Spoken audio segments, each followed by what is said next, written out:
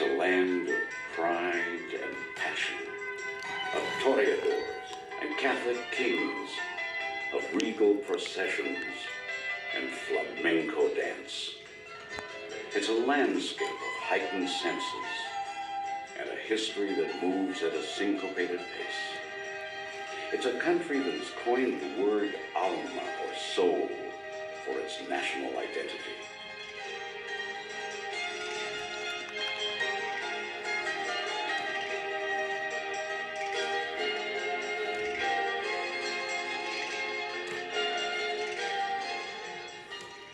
Spain is the second largest country in Europe after France.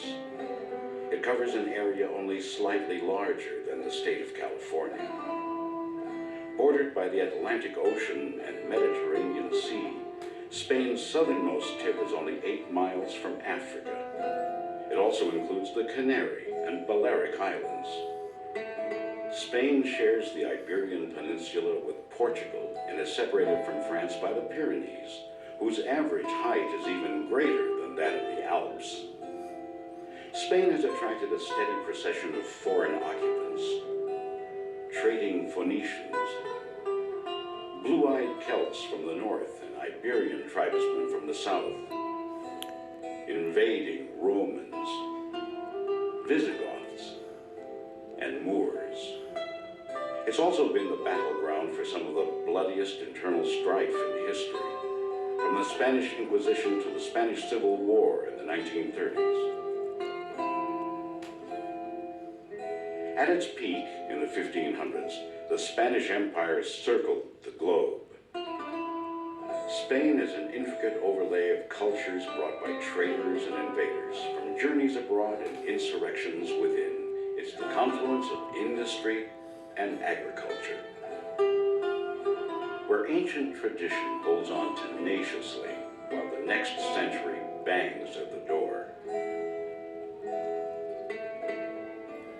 Spain maintains 4 distinctive languages and 7 dialects, a diversity that keeps the country regionalized. Virtually all roads lead to Madrid, since it's at the center of Spain. There's a saying here that the height of human happiness is to go to the part of heaven that has a view of Madrid. Barajas, Madrid's international airport, services an extensive network of domestic flights. Madrid has been the capital of Spain since 1561. Prior to that time, it was nothing more than a fortress, a no man's land that divided north from south. Today, Madrid is one of the most kinetic cities in Europe, while still paying homage to its past. There are monuments to Cibeles, the goddess of fertility, and Neptune, protector of the seas. The city's main arteries radiate from the Puerta del Sol, which is at the center of Madrid. All distances in Spain are measured from the plaza as a 0 point. Madrid has the country's largest bull ring, with a bullfight museum next door, and a modern soccer stadium where the famed home team Real Madrid plays. The royal palace, called the Palacio de Oriente, is so extravagant that Napoleon claimed his brother Joseph, then king of Spain, had better lodgings than Napoleon's own at Tuileries. Designed by Italian masters Sacchetti and Sabatini, the palace is decorated with art and artifacts by some of the most gifted talents in history: Goya, Bernini, Caravaggio, El Greco, Rubens, and Velázquez. The salons, libraries, music rooms, and reception halls are hung with some of the most valuable tapestries in the world, woven by Belgian masters from the days when Spain ruled the Low Countries. When Joseph Bonaparte initiated plans for the Prado, it marked the first attempt to make Spanish art accessible to the Spanish people. Today, the museum houses more than 6,000 paintings, including Goya's 2 celebrated Majas, one clothed, the other not. Rumor had it that the model was the Duchess of Alba, and as recently as 1945, the Alba family had the Duchess's body exhumed in order to compare her measurements with those of the real model. nothing conclusive was proven. One block from the Prado, Picasso's Guernica has been on display in the Casón del Buen Retiro since 1981. The Plaza Mayor is now a subdued version of its outspoken past. Its balconies could hold more than 50,000 spectators who came to see bullfights, coronations, parades, and canonizations. The last bullfight was held here in 1847. The last buses and trolleys to race through the plaza were banned in 1970. The plaza was built by Philip III in 1619. This equestrian statue of him dominates the center of the square.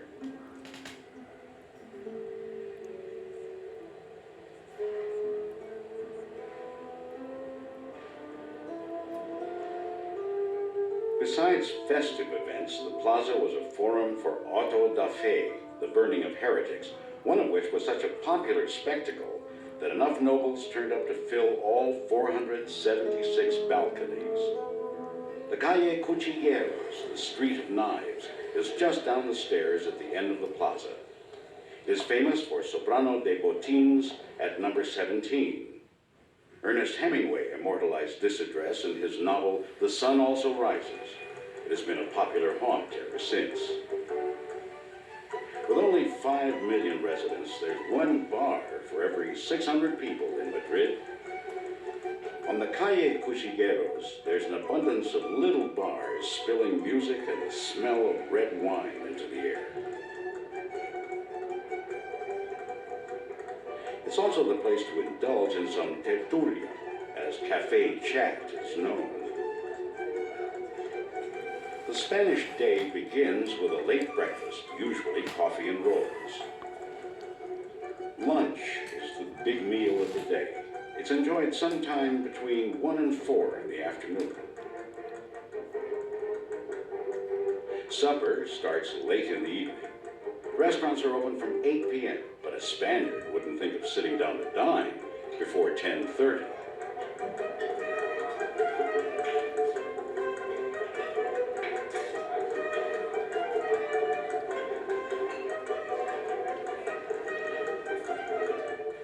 On the Calle Cuchilleros, number 1 is Las Cuevas de Luis Candelas, a restaurant built in a cave to commemorate Luis Candelas, a local outlaw who became a folkloric Robin Hood. It is said that Candelas lived in the caves below the Plaza Mayor. Waiters are dressed in period costume that in the old days included flintlock pistols in the belts. The Parque del Retiro is one of Spain's most popular parks, but it wasn't always that way. From the 17th century until 1868, the Retiro was a hunting ground for the aristocracy. Today it holds much tamer diversions. The Retiro is lined with fountains and statues and hosts everything from an annual dog show to art exhibitions.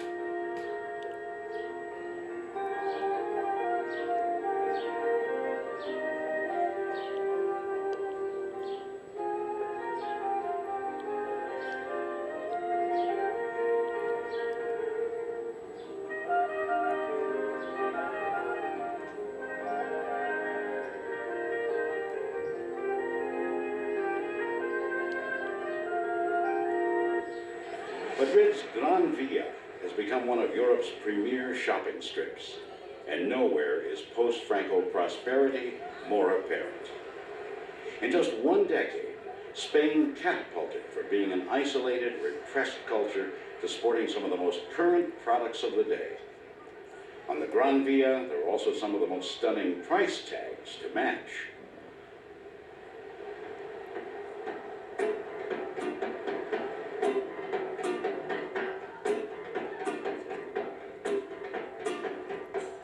Madrid is famous for its monumental statues. Among them is Philip IV. This equestrian statue was designed by Velázquez, cast in Florence, and supposedly mathematically computed by Galileo. In Madrid, the ultimate local specialty is cochinillo, suckling pig, 21 days old, no more than 9 pounds. It is basted with butter, onions, salt, lots of paprika, bay leaves, garlic, lemon, parsley, thyme, and white vinegar.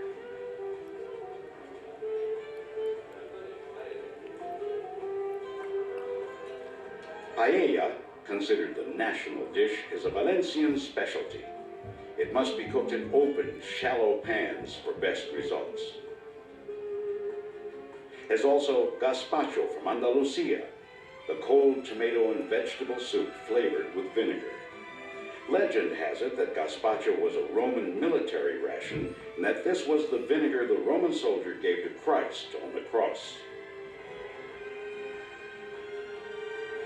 Barcelona is famous for its large sausages and zarzuela, a hearty fish soup that's more like a stew. There are chicken, duck, partridge, and lamb dishes on most menus. But seafood is the mainstay of the Spanish diet. Whether inland or on the coast, the fresh catch of the day is raced to restaurants all over the country. Spaniards love their wine. It's often drunk with each meal of the day, yet it is rarely consumed to excess. Just 1 hour from Madrid, in the foothills of the Guadarrama Mountains, is the Escorial. It has been described as everything from the eighth wonder of the world to a monotonous symphony of stone. This palace monastery was commissioned by Philip II in 1563. Philip was an ailing, introverted king with an aggressive zeal for religion. He preferred to surround himself with monks instead of courtiers, so the Escorial contains 300 monks' cells. Add to that more than 2,000 windows, 1,200 doors, and 100 miles of passageways, and the Escorial is large enough to be classified as a city. Almost all Spanish kings since Charles V are buried here, as are all queens who gave birth to sons. Another side trip from Madrid combines two destinations, Avila and Segovia. The perfectly restored walled city of Avila is only 69 miles away. On the way to Avila, there are Roman roads high in the Gredos Mountains, just as they were when the legions marched across Spain. At 3,700 feet, Avila is the highest provincial capital in Spain. It was made famous by Saint Teresa, who took a vow of austerity and devoted her life to reforming the Carmelite order. She was the daughter of nobles of Jewish ancestry who sent their daughter to a Carmelite convent to protect her from the Inquisition. When Teresa claimed to be having conversations with Christ and insisted that the Carmelites relinquish their servants and their silver, she became very unpopular. Today, monuments to Teresa abound. 1 hour's drive from Avila is Segovia, perhaps Spain's most poetic city. This intricately planned city is framed between the muscular form of a Roman aqueduct and the graceful pinnacles of the Alcázar. Remnants of the Roman occupation are still in evidence today. The aqueduct measures 2,400 feet long, 102 feet high. Its enormous arches are wide enough to accommodate 4 lanes of traffic. The aqueduct was built without any mortar, and in medieval times it was believed that the devil erected the stones in one night. The aqueduct still brings water from nearby mountain springs to the city.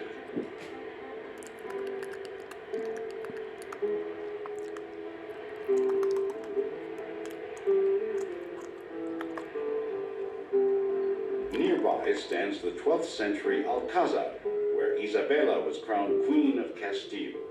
Her marriage to Ferdinand of Aragon united Catholic Spain against the Moorish invaders. The Alcázar is also where King Alfonso the Wise dared speculate that the earth moved around the sun.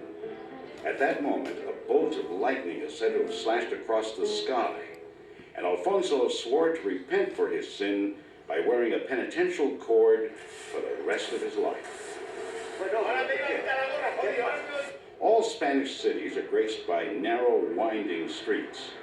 Pedestrians may have to step into a doorway to allow traffic to pass. Spain hosts a network of hotels called paradors. These government-owned inns, 86 in all, occupy restored castles, convents, palaces, and mansions. Spaniards have converted relaxation into an art form.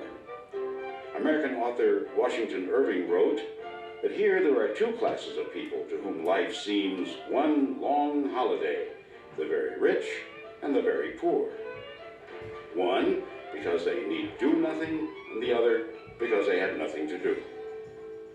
43 miles south of Madrid is Toledo.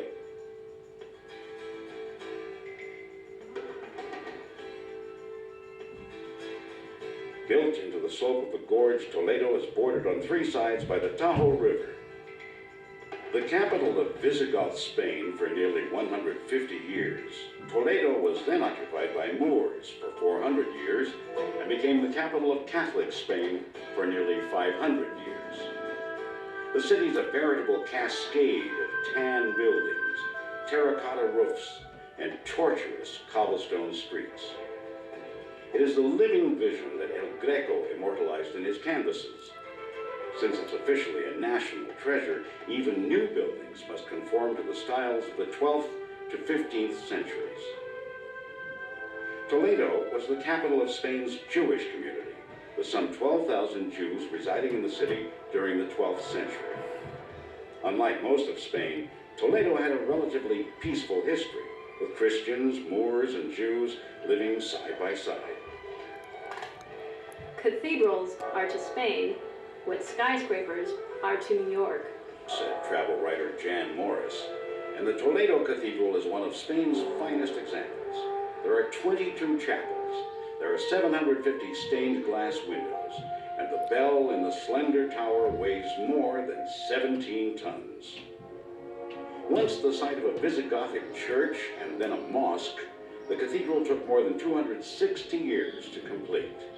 It stands as a classic example of Spanish Gothic architecture, with all the vastness and heaviness of the Spanish temperament and Moorish flair thrown in for spice.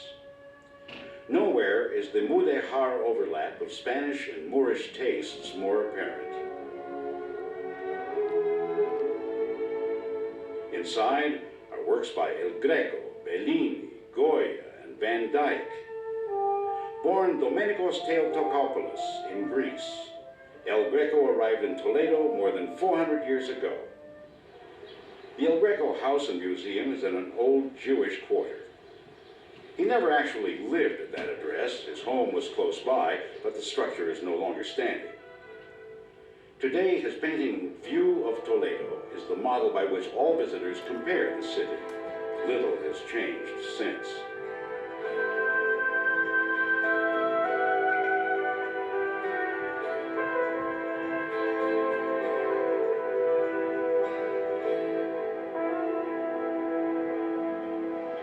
Toledo is famous for inlaid Damascene work, introduced by Moors from Damascus.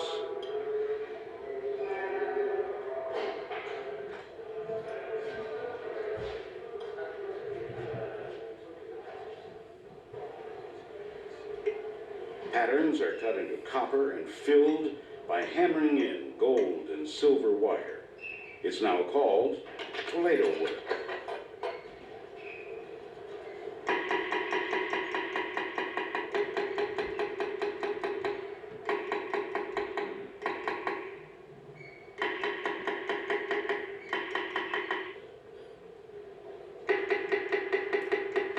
Of all its craftswork, Toledo is most proud of its swords. Toledanos have been making swords since the Phoenicians first arrived. The swords must be made of the durable Toledo steel, heated until it is red hot, beaten by a master craftsman to the proper temper and sharpness, straightened again and again, then plunged into water from the River Tajo, which is said to have special qualities for tempering steel. Toledo craftsmen helped arm the Roman legions. They also devised the deadly scimitar for Moorish cavalrymen. To own a Toledo blade was a sign of prestige for Renaissance duelists. Cortez and his conquistadores bore down on Aztec Mexico with Toledo swords in hand. Boarding parties in the Caribbean carried Toledo cutlasses. Handle grips are still crafted by hand.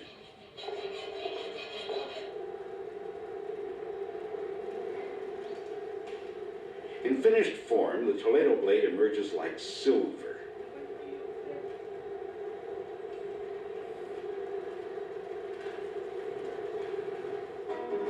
For many people, Andalusia is Spain. It's the place where the Moors left their greatest mark.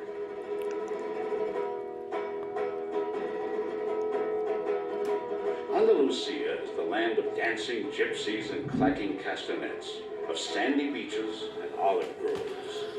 It's the land of sol y sombra, of sun and shadow, where you can still see donkeys and pack mules padding along, dazzling white houses, lithe men on horseback, and bullfights. Cordoba was the capital of Moorish Spain. In the 10th century, it was the wealthiest, largest, and most civilized city in all of Europe. Cordoba's only peer was Baghdad, and it was second in size only to Constantinople. The Cordoba Mosque, called the Mezquita, contains a forest of 850 pillars. Marble, onyx, granite, and jasper reflect a spectrum of colors, and the exquisite mosaics of the mihrab, or prayer niche, are testament to the glory of Moorish Spain. After the Catholic king's retaking of Spain, the mosque became the Church of the Virgin of the Assumption. Chapels were built against the interior walls, and the north facade was closed off. In 1526, Charles V sanctioned a church to be built in the center of the mosque, after which he remarked regretfully that the builders of the cathedral had destroyed something unique in order to construct something common. The Moors built a renowned university that fostered the study of philosophy, science, and agriculture. They introduced Europe to sugar, eggplant, oranges, and watermelon. They brought the oval guitar and kettle drums, Arabic numerals, algebra, and, of course, paper. Today, Cordoba is renowned for its silversmiths and leather craftsmen. Since the 1950s, it has undergone a modern-day renaissance, and Cordoba's population has doubled to 300,000.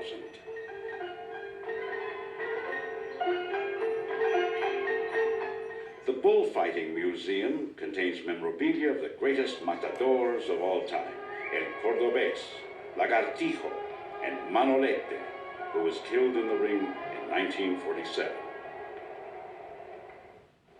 The old Jewish quarter is a small reminder of a large part of Spain's past. The Jews, who had been savagely persecuted by the Visigoths, helped the Moors conquer Spain.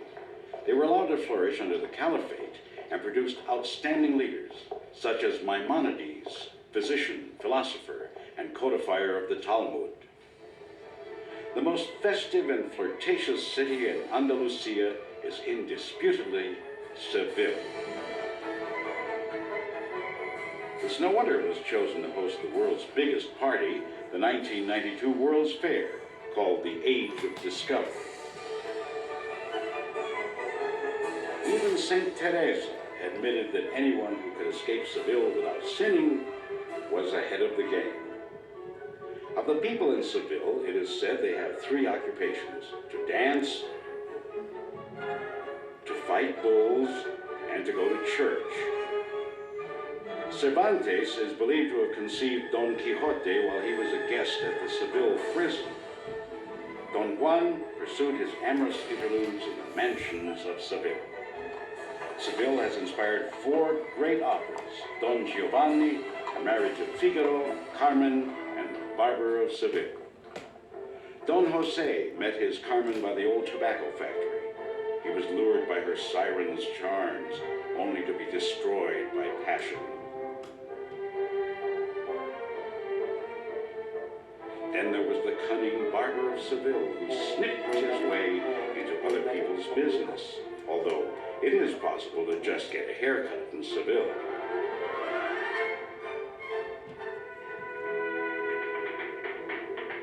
The city pulses with the stamp of flamenco heels and the wailing cries of the cante hondo, the deep song.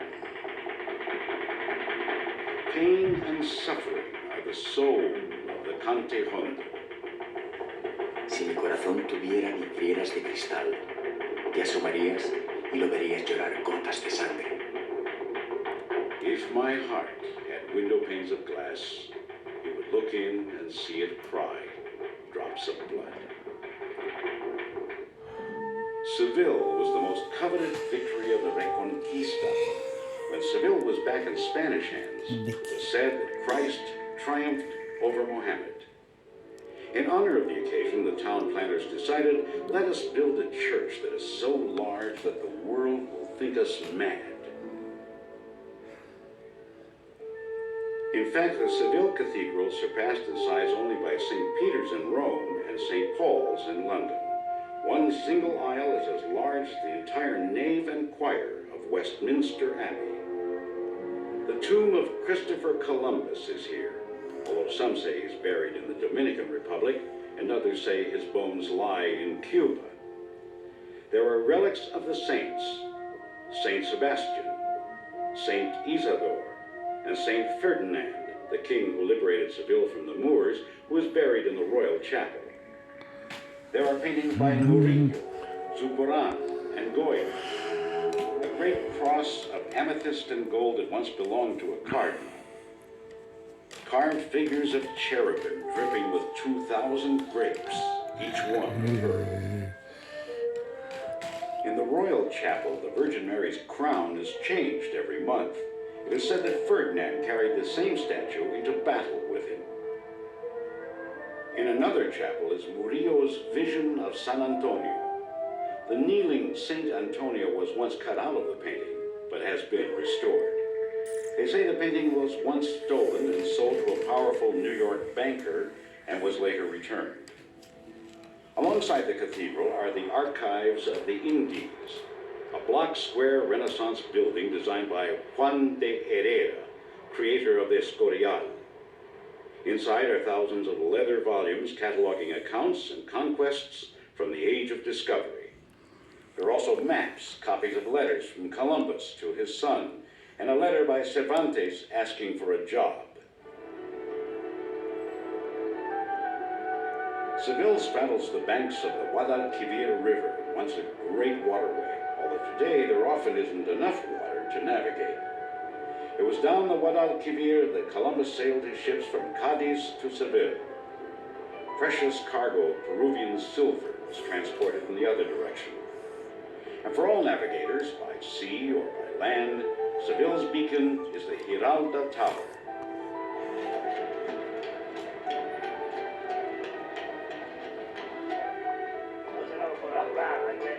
One rewarding way to see Seville is by horse-drawn carriage, with a guide to point out places of interest.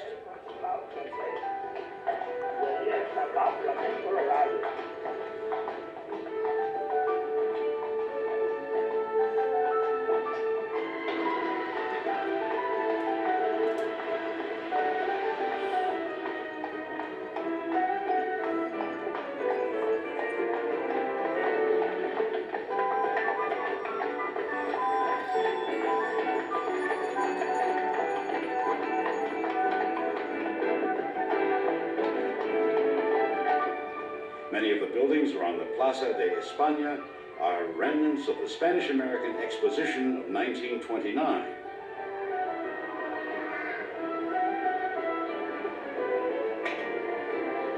The small moat is a popular course for novice rowers, and ceramic crests of all the provinces of Spain line the walkways.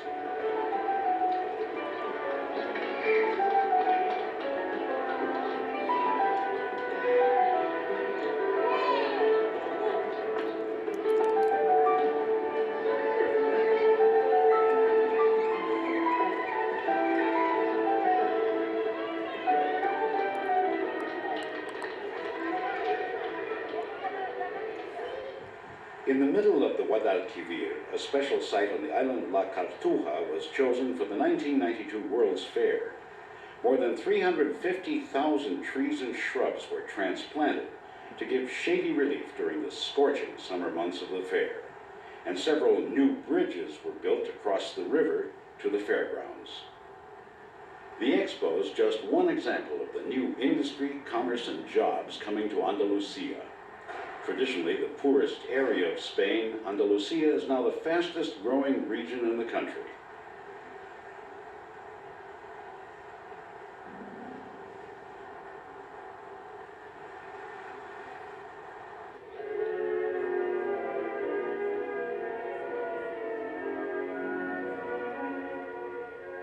Semana Santa, or Holy Week, reaches a feverish pitch throughout Spain. Each parish parades at least one float depicting scenes from the lives of Mary and Jesus. Satin, pearls, gold, nothing is too extravagant.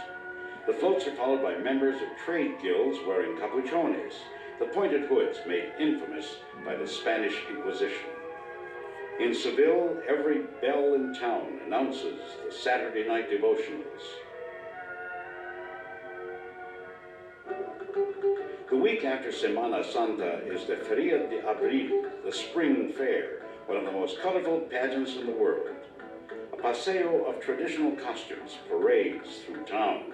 Food and wine flow in excess, and the gaiety continues well into the night. Companies and families rent tents along the boulevards so they don't have to go home for the full week of the fair.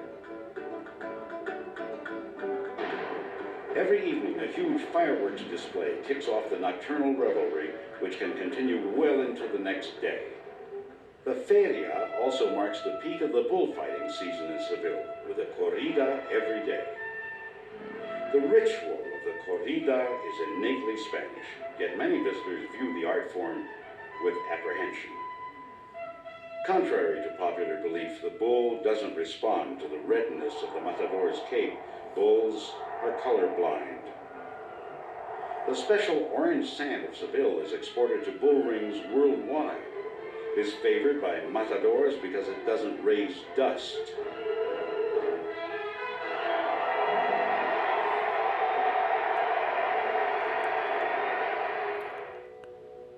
The poet Francisco de Icaza wrote, No hay en la vida nada como la pena de ser ciego en Granada. There is no pain in life so cruel as to be blind in Granada. It's just 160 miles east of Seville. This is a distinctly Moorish town. Traces of Granada's Roman and Visigothic past have all but disappeared. While Columbus was venturing into the New World, Ferdinand and Isabella were fighting to expel the last North Africans and Jews from Spain. The last Moorish king was ousted from Granada in 1492. He reputedly sighed when he looked at the Alhambra Palace for the last time. His mother said, Weep, my son, like a woman, for what you would not fight for like a man.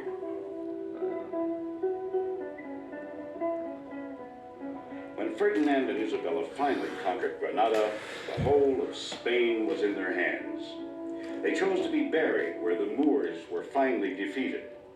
Isabella's collection of religious paintings and Ferdinand's sword are on display in the Royal Chapel, as are the flags carried by Spanish troops when Granada surrendered. The Alhambra is actually a series of palaces. It's probably the most impressive result in the world of combining clay, wood, and tar.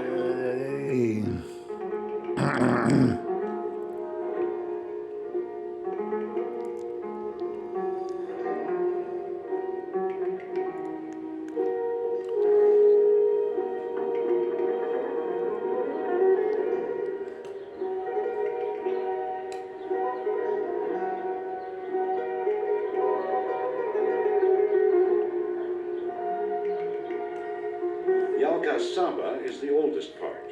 Originally it was a fortress whose bells warned of approaching danger and signaled times for irrigation.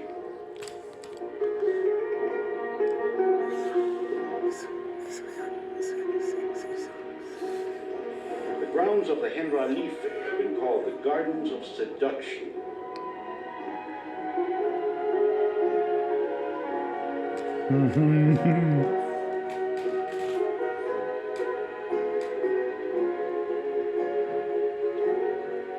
Ya no.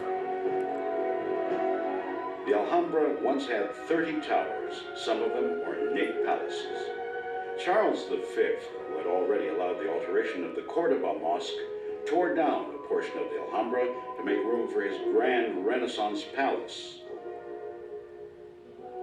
The Alhambra suffered further desecration during the Napoleonic invasions. Washington Irving was the U.S. ambassador to Spain in the 1820s, and his book, Tales of the Alhambra, inspired Queen Isabel II to begin restoration.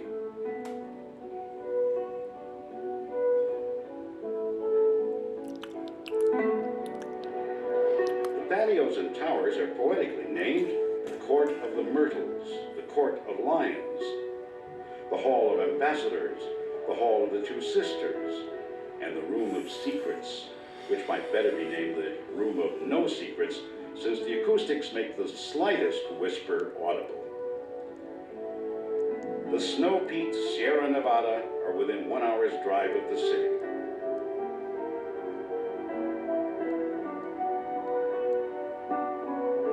Skiers visit the slopes from November to May at 8,000 feet, and at higher elevations they're skiing year-round. The Moors introduced agricultural products found previously only in the Orient, the Middle East, and North Africa. Today, Spain is self-sufficient in that holy trilogy of wheat, wine, and olives. But some 60% of Spain has never been cultivated, and geographers say that half the soil of Andalusia has blown into the sea. The sea attracts other things besides soil. The Costa del Sol is one of the biggest draws for visitors to Spain and covers more than 180 miles of Mediterranean coast.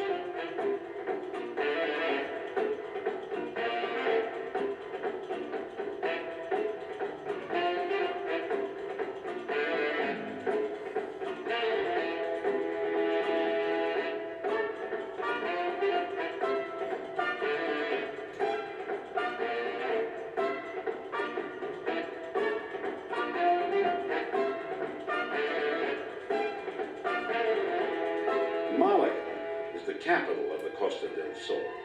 During the winter months, it has more sunny days than any other European city but one, and that's in southern Sicily.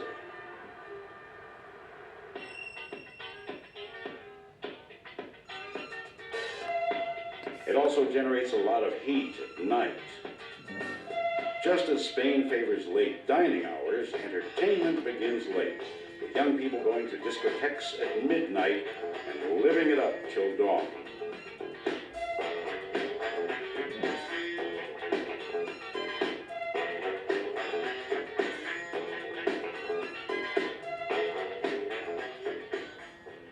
The Costa del Sol is a popular stopover for sailors. The flags of many nations fly from luxury yachts and sailboats in harbors all along the coast.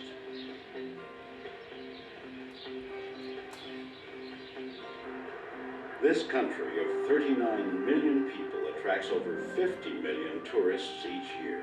Many of them come for Spain's beaches. For many, the Costa del Sol has become overcrowded and overdeveloped. For others, it holds exactly what they're looking for, the excitement of a popular destination. 390 miles northeast of Madrid is Barcelona, Spain's frontrunner in the post-Franco evolution. A cultural center for all of Europe, Barcelona is like a wise child with an independent, stubborn streak. Its residents speak Catalan, a language that has as much in common with Provençal French as it does with Spanish. This is the capital of Catalonia province, and has been at odds with Castilian Spain for centuries. There are still separatists who would like to sever all ties with the rest of Spain.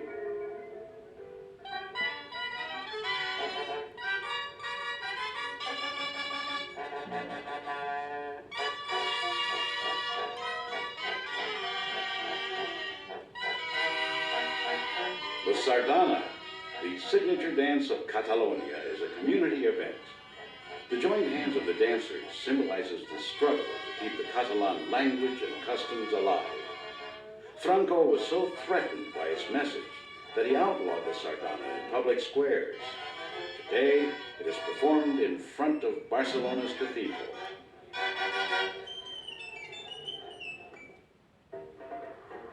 Barcelona is known as Spain's most progressive and liberal city. It has given rise to such great innovators as Miró, Dali, Gaudí, and Pablo Casals. Barcelona is also an industrial workhorse and a haven for shoppers.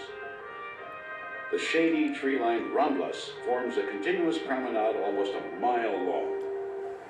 Spaniards are an extremely social breed, and the general rule is that crowds are for joining, not avoiding. The Ramblas is a hive of activity, day and night.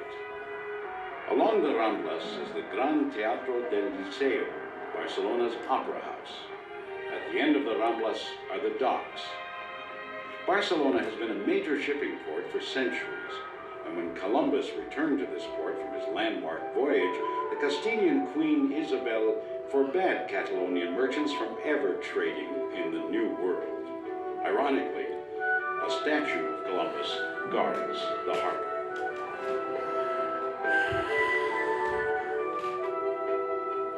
High on the hill of Montjuic is an amusement park, open green spaces, and a congregation of museums. There's an archaeology museum, a museum devoted to Catalan art and ceramics, and a museum devoted to famous native son Joan Miró. Miró's career spanned more than 70 years, and this collection traces his artistic development.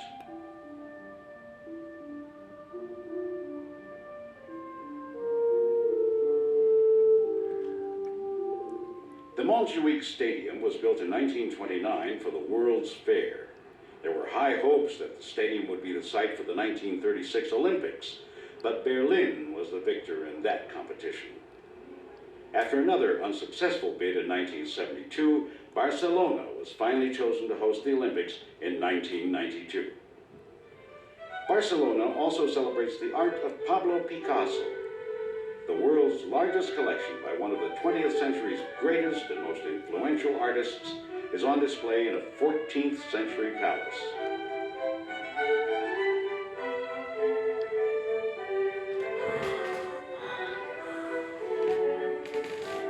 Picasso was admitted to the Barcelona School of Fine Art at age 14 and had his own studio by age 18.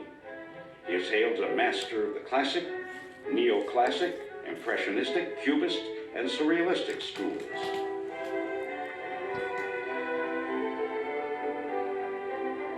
Picasso worked 10 to 12 hours a day and was said to attack each blank canvas as a matador attacks a bull.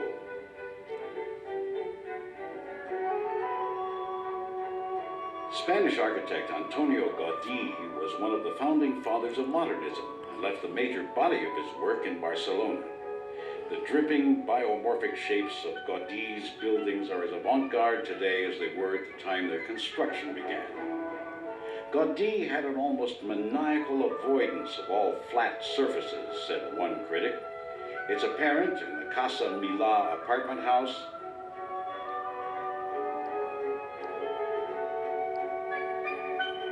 the Parque Güell,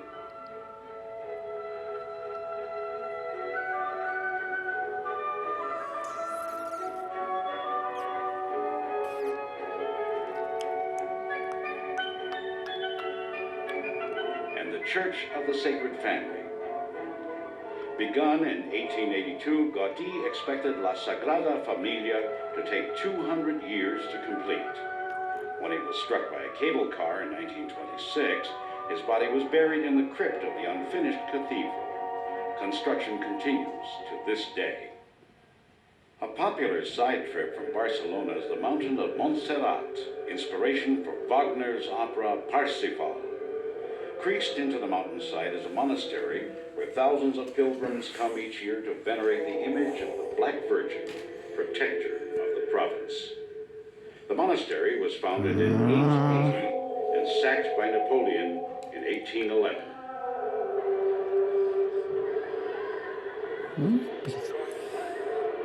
Today, some 300 Benedictine monks tend the shrine, work the ceramic and goldsmithing shops, and distill Aromas de Montserrat, an herbal liqueur sold in the snack bar.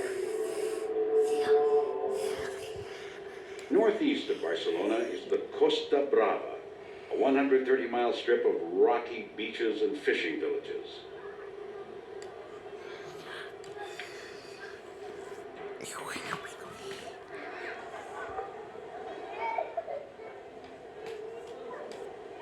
Along the coast is Figueres, a charming little town with a most unpredictable attraction, the Salvador Dali Museum. This surrealist savant was born in Figueres and lived here during the last years of his life. Housed in an old theater adorned by behemoth eggs, the museum covers the whole range of the artist's sublime absurdity.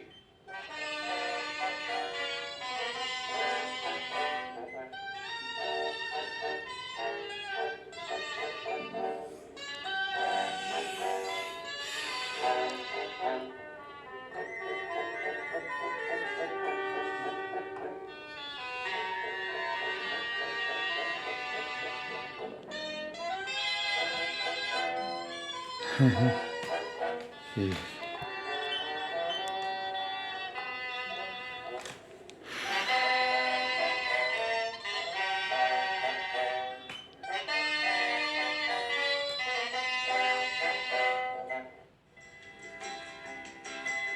Spain is a country of contrasts. It has evolved from the crossing of cultures and from the diversity of its landscapes. It's a country steeped in pageantry, culture, history, and governed by an uncompromising zest for life.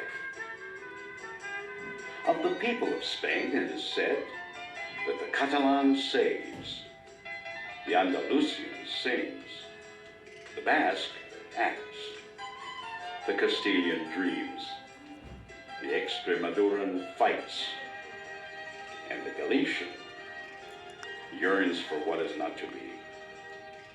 But they all have one thing in common: their overwhelming sense of pride and their gratitude for everything under the sun.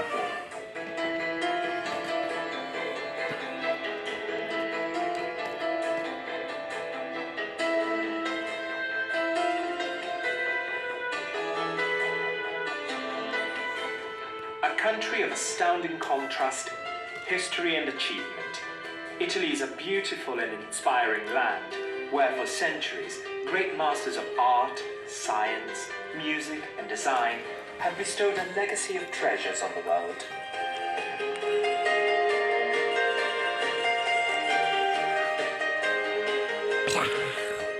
These touchstones provide a breathtaking backdrop for the spirit that is Italy today.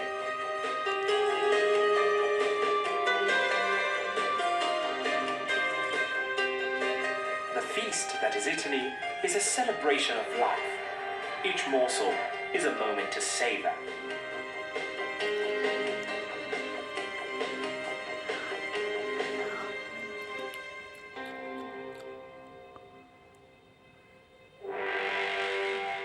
One of the most influential political forces the world has ever known was the Roman Empire.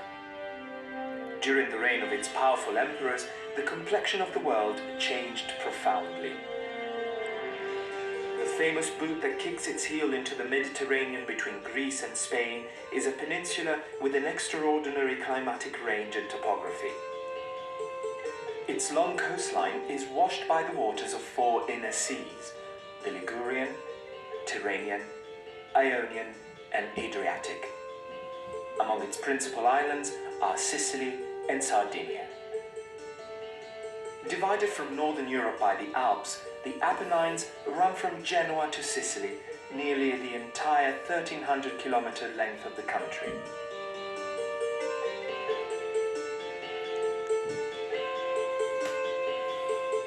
Throughout the centuries, Sicily has been subject to a multitude of conquests from surrounding Mediterranean powers.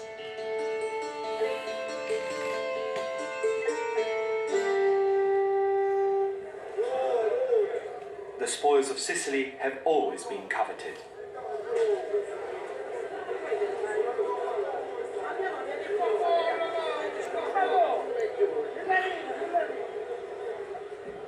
Unique resourcefulness is a characteristic of these people who embody a blend of distinct cultures. Even the staccato of the Sicilian dialect is different from what is heard on the mainland. È la più bella del te. Un passa passa mi dice che parla che sta lì, un passa passa. Bello mio, bello mio.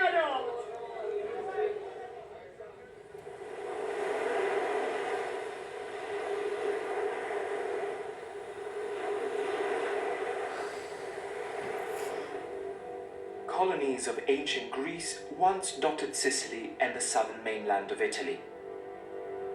The impact of Greek customs and beliefs can still be felt today in the Valley of the Temples at Agrigento on the Sicilian coast. These ruins date back to 580 BC.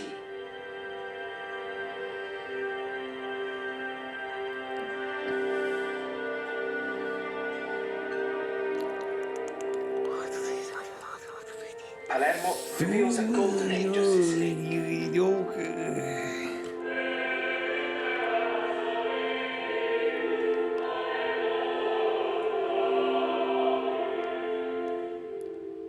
In the Norman Palace, Moorish architecture, Byzantine mosaics, and Arab design survive in remarkable fusion.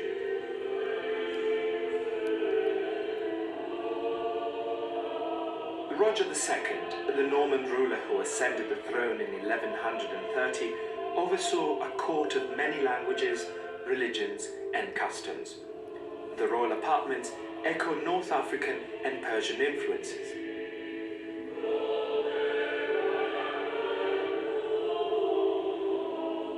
Begun the year of Roger II's coronation, the Palatine Chapel within the palace has been called the finest religious jewel dreamt of by human thought.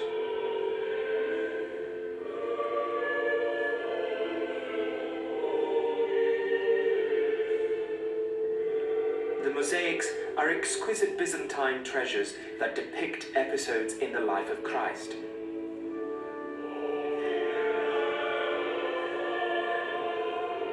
These are underscored by remnants of Islamic culture.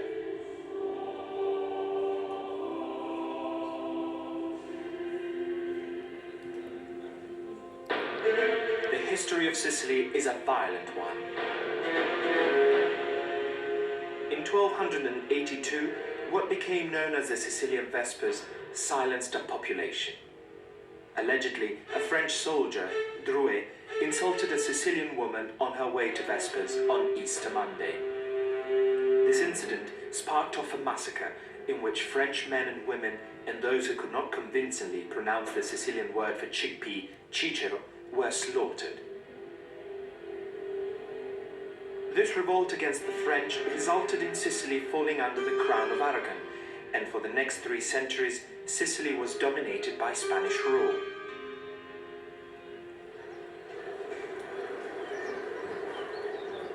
Perhaps due to the island's domination by foreign powers, Sicilians have turned for centuries to the family for protection. In Sicily, the family matters more than politics or religion.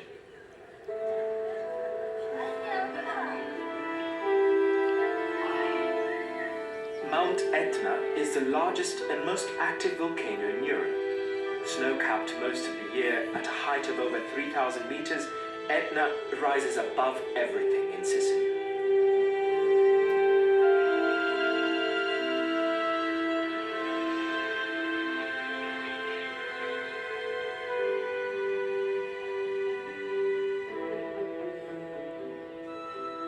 On the Italian mainland, cultural diversity is a hallmark of the various regions.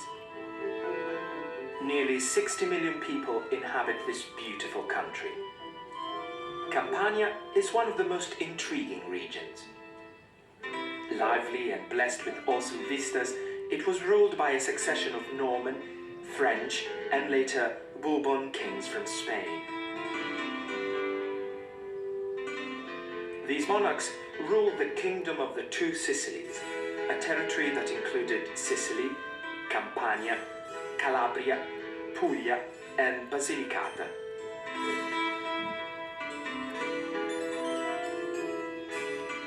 Their wealth legendary, the Bourboni held court at palaces that rivaled Versailles.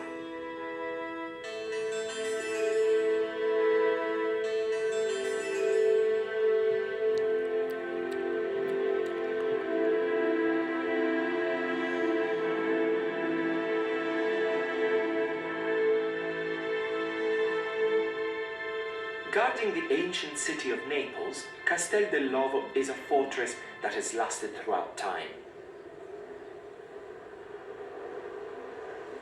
A place of tarnished splendor, Naples has a lively atmosphere that betrays the volcanic nature of the terrain and its crowded population. This avenue literally divides the old city, an area called Spaccanapoli. With its crescent-shaped bay, Naples is a stage that infuses its players with unique theatricality and romance. Naples is a paradise, said German writer Goethe. Everybody here lives in intoxicated oblivion.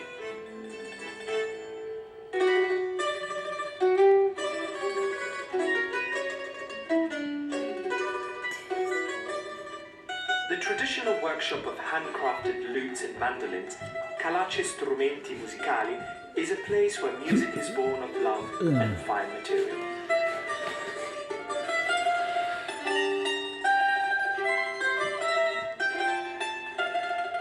Ebony, palisandro, mahogany, maple, and pine are imported to this century-old shop from Germany, Russia, Romania, Brazil, and India.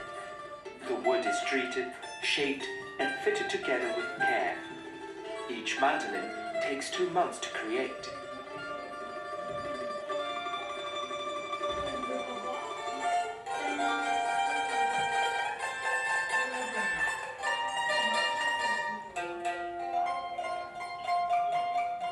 For generations, the Calace family has manufactured these instruments that are so identifiably Italian. One of the founders, Raffaele Calace, invented new forms of the mandolin, including the massive archiliuto.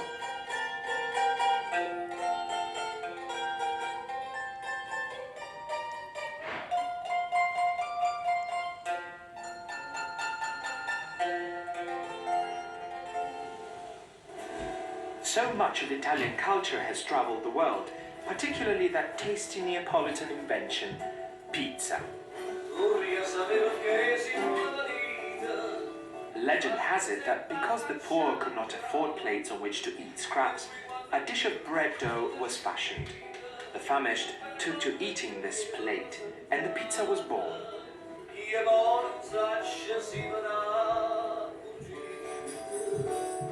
This classic version, the margherita, is covered with tomato sauce, mozzarella cheese, basil, and olive oil. Baked in a wood-burning oven, the pizza is ready to enjoy.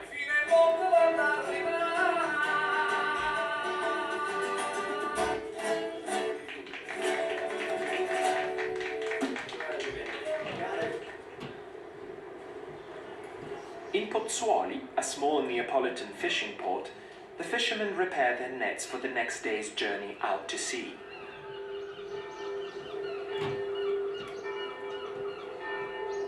After a hard day's work, scopa is the perfect pastime. Wit and agility are prized assets in playing this favorite southern Italian card game. Age has no bearing, and emotions run high.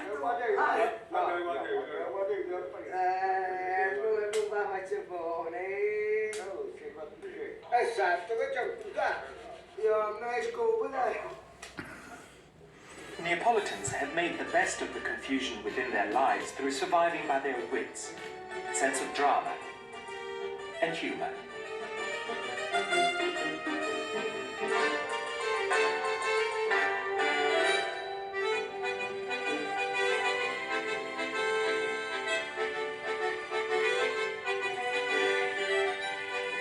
These exquisite presepe figurines are products of Neapolitan craftsmanship dating back centuries to earthenware nativity creations. They describe a rich and unchanging lifestyle that is Naples.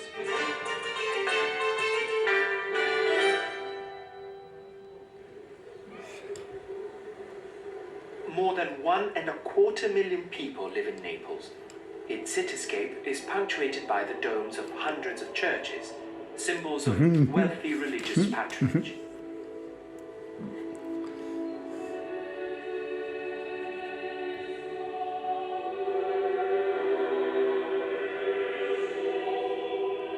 Found within Naples Cathedral, the Chapel of San Gennaro is regarded as the holiest shrine in Naples.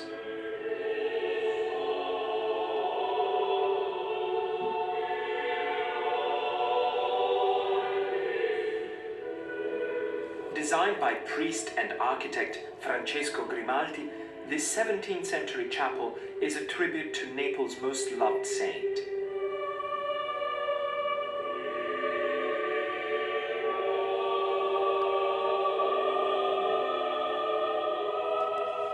This silver altar relief depicts the miracle of San Gennaro saving the people of Naples from a devastating eruption of Vesuvius.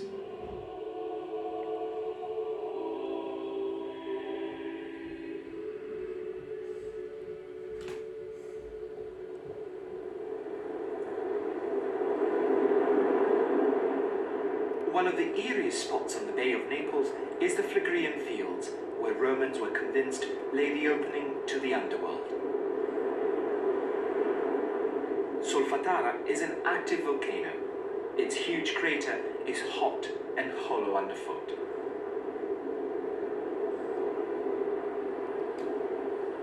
The jets of steam and sulfurous vapor emit heat from the Earth's core and churn the surface into a boiling cauldron of mud lava. It's no wonder that the poet Dante found inspiration here for the creation of his work, the Inferno.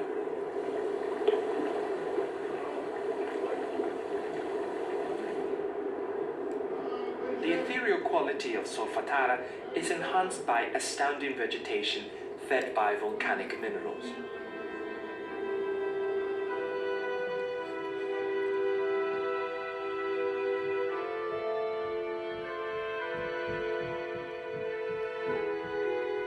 beauty of the Amalfi Coast is breathtaking.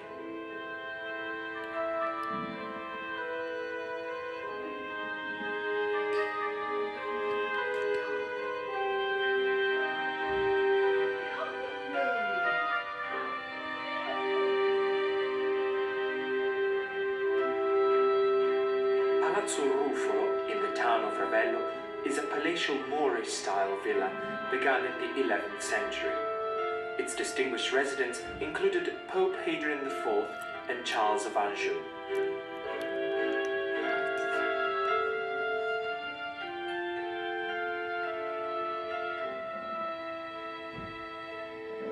In 1880, German composer Wagner drew inspiration for the Magic Garden in Parsifal from the palazzo's inviting gardens.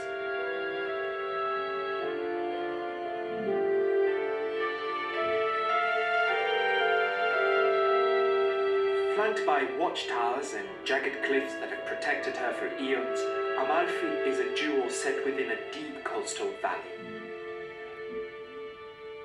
Her villas, cupolas, and campaniles cling to the cliffs above the bay. During Amalfi's heyday as a trading republic, one of her chief navigators, Flavio Gioia, invented the compass, and the Tavole Amalfitane set a famous code of maritime law.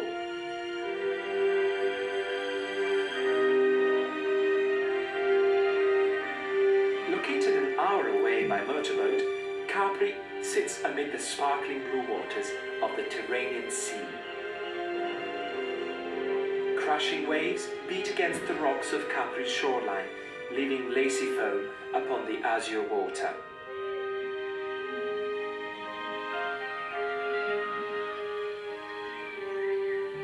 Capri, with its abundant flowers, is the home of a unique form of perfume manufacture.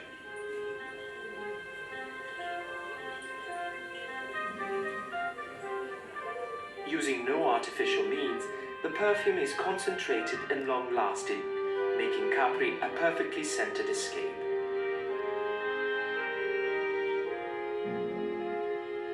This tiny island is a place of legend and extreme beauty. Within the Blue Grotto, mesmeric depths are illuminated by sunlight filtered and diffused through the seawater.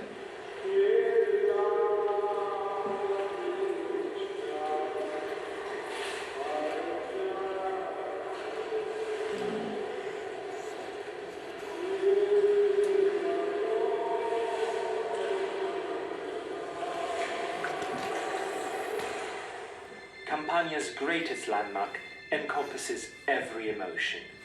Goethe described Vesuvius as a peak of hell rising out of paradise. The volcano's first recorded eruption in 79 AD is remembered as one of the world's most terrifying disasters. It buried nearby Herculaneum and Pompeii, in the process preserving with hot ash their humanity and art.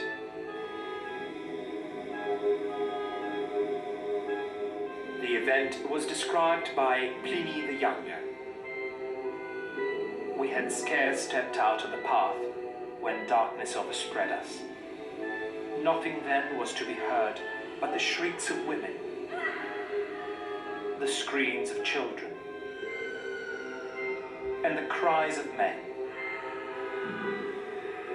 One lamenting his own fate, another that of his family, some wishing to die from the very fear of dying. Some lifting their hand to the gods, but the greater part imagining that the last and eternal night was come, which was to destroy both the gods and the world together.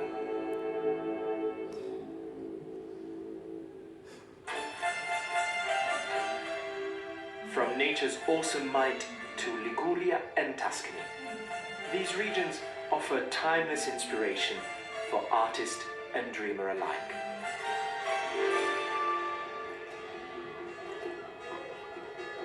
Liguria's Camogli Fish Festival celebrates the relationship of this quaint fishing village with the sea.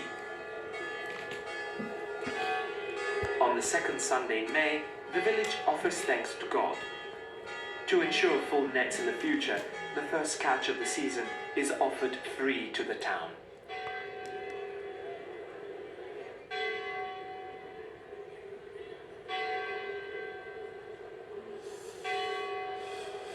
Via di Alessio chi muore.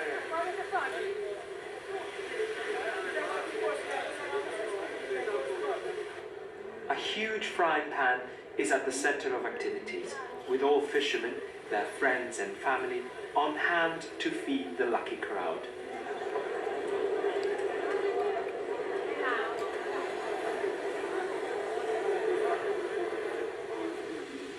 The nearby Italian Riviera is a shoreline dotted with unique treasures.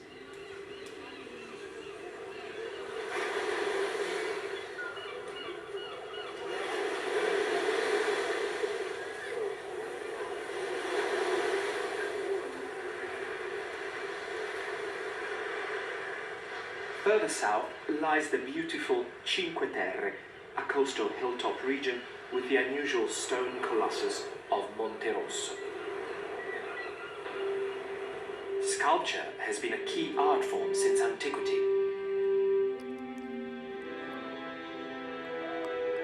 These extraordinary quarries were described by American traveler Edward Hutton as glens of marble that lead you into the heart of mountains, valleys without shade, full of brutal coldness and intolerable heat, a dazzling light.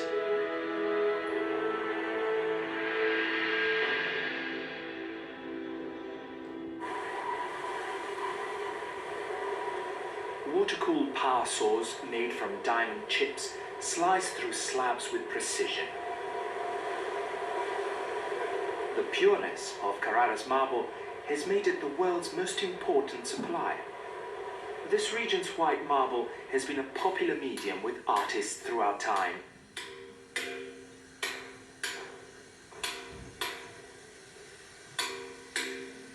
Chiseling marble takes concentration and brute strength to release the form trapped within the stone.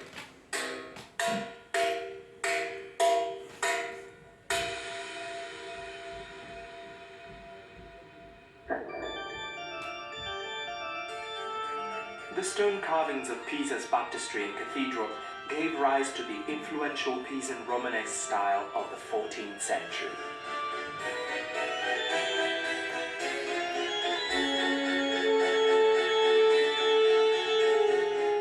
Despite careful design, it was nature that made its mark on the most famous tower in the world. Beneath its 14 tons of marble, the earth gradually shifted, causing the tower to lean. One man, astronomer and physicist Galileo, made the most of the situation, conducting experiments in gravity from its height. Up the coiled chamber of 294 steps that traverse a 16-foot tilt, the leaning tower at its summit offers this rare vantage.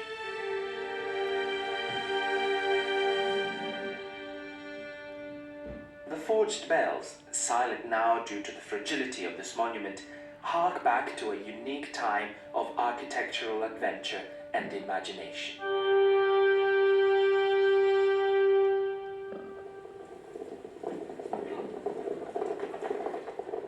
The untamed spirit of beautiful horses roams free in nearby Maremma.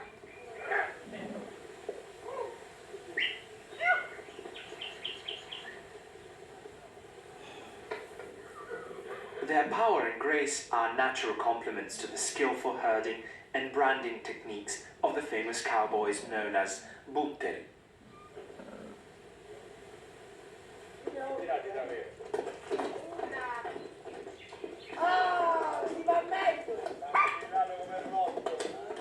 At La Trappola, a large ranch near Grosseto, owned and operated by the formidable Giuliana Ponticelli, the butteri are tasked each year with the job of putting the Ponticelli mark on the cattle.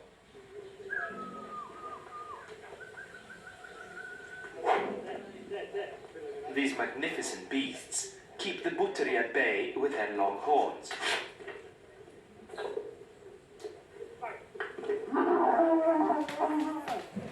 Eventually, they succumb to the skills of these Tuscan cowboys, but not without a struggle.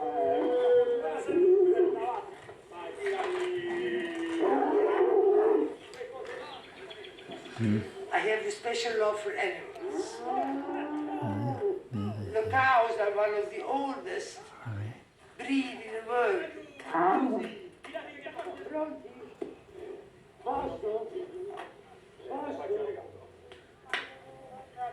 Maremma is a very, in a kind of a way, wild place. But it's a place that takes you. It's like Africa, you know. You are taken by Maremma. Once you love Maremma, you just can't get out of that love, you know.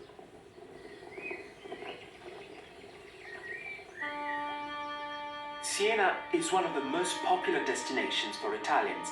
Here beats the very heart of Italy.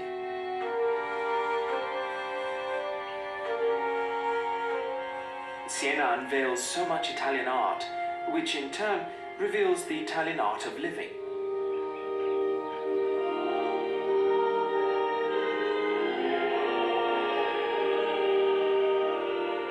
The frescoes and paintings describing Siena's history and religious beliefs grace the walls of its cathedral library and Palazzo Pubblico.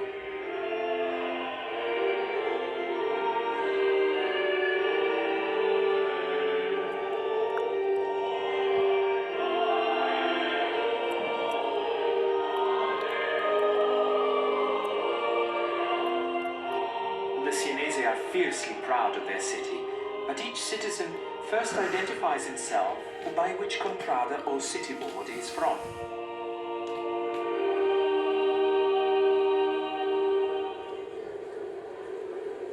The rivalries among these ancient communes are very much alive today and culminate each year in the legendary horse race, the Palio. Despite taking a year to prepare, the race held in July on the earth-covered bricks of the Piazza del Campo lasts just 90 seconds. Aceto, a jockey from Sardinia who has won a number of Palios, is a living legend. giorno del Palio è guerra aperta, che sia con i fantini e che sia... On the day of the Palio, it is open war between jockeys and their adversaries. Molto violenta e molto rischiosa, molto pericolosa. It is a very dangerous course. I have fallen fewer times than the others. However, I have broken my leg 3 times, my arms a couple of times, but it's nothing. I'm still here. I haven't died. Sono morto.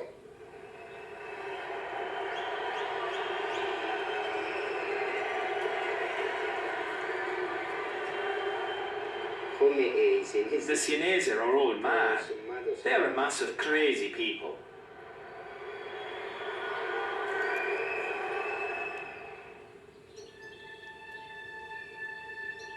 In Tuscany, where art is matched by nature at its most scenic, Florence rises up in everlasting beauty.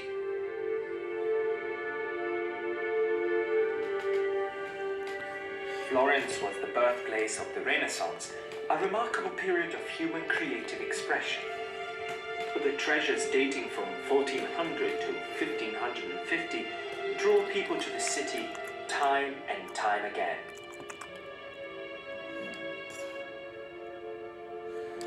Michelangelo's masterpiece, David, stands in cool solitude, a giant in Carrara marble, poised to slay a Goliath he sizes up with his eyes.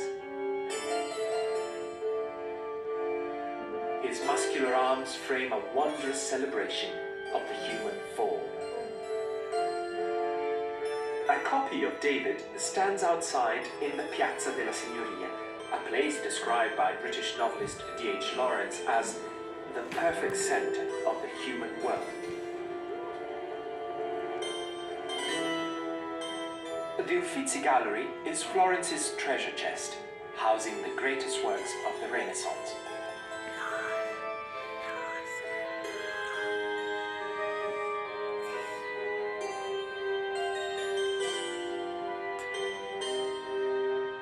The Birth of Venus by Botticelli is one of the most famous representations of divinity ever applied to canvas.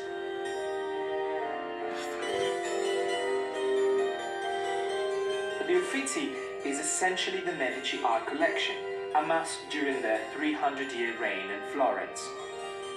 In this attributed self-portrait, Botticelli holds a coin minted by this banking dynasty. Renaissance artists responded to Medici patronage with enduring images of power and beauty.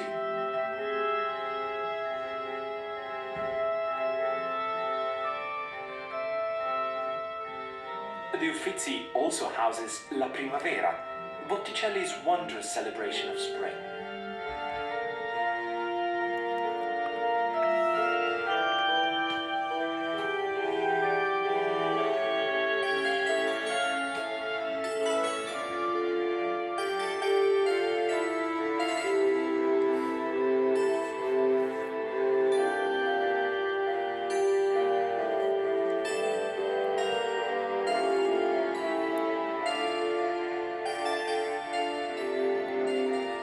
The Cathedral of Santa Maria del Fiore demonstrates that Renaissance artists were not confined to canvas. Filippo Brunelleschi, the father of Renaissance architecture, created this ingenious dome in the 15th century.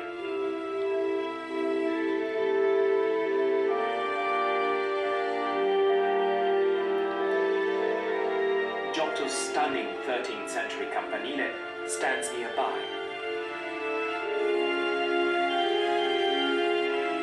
Together, both artists have left the world a soaring tribute to mankind's creative spirit.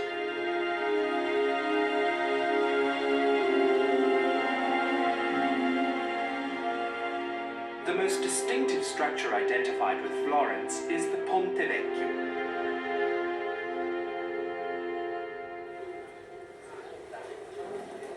Never regarded simply as a bridge, this has been the home of traders and a lively meeting place for nearly 1,000 years. On this thoroughfare, goldsmiths and jewelers have been selling their glittering creations since the 16th century.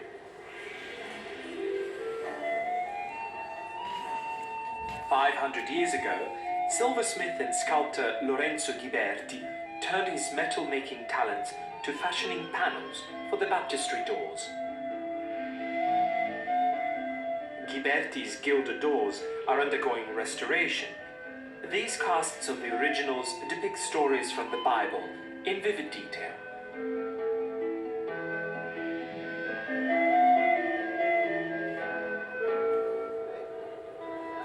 The deceptively calm Arno burst its banks in 1966. The ensuing flood drew immediate attention to the importance of protecting the city's remaining treasures, an effort that continues today. One of the most important restoration laboratories of its kind in Europe is the Opificio delle Pietre Dure, literally meaning the workshop of the hard stones. Today, diversity is the hallmark in the preservation of Italy's heritage.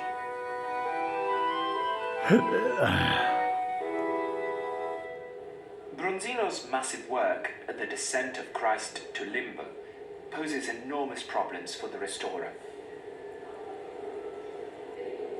This painting is protected by Japanese mulberry paper, which was applied immediately after the flood to prevent the colors flaking and therefore being lost. Now, the restorer must carefully remove the tissue, which was applied with wax more than a quarter of a century ago. She must also contend with the greatly damaged wood beneath. Finally, she fixes the colors, preserving their original hues. Florence is still a haven for artisans. Enrico Giannini carries on the family. Good morning, William. Good morning. How are you? Very well. What are you doing? Who is that? Huh? Who is that? Italy. And reflects the mood and flair of the maker. All right. Why came to the This lounge? marble paper. Because I wanted to see what was happening. Yeah. Are you recording? Yeah. The most important literary work in Florence and the whole of Italy was Dante's Divine Comedy. This gripping trilogy on heaven, purgatory, and hell used the language of the street for the first time, Italian, as opposed to the traditional Latin. A monument to Dante stands outside the church of Santa Croce. Inside this Gothic church are tombs and monuments to several of the creators of Western civilization: Galileo, Machiavelli, Donatello, and Michelangelo.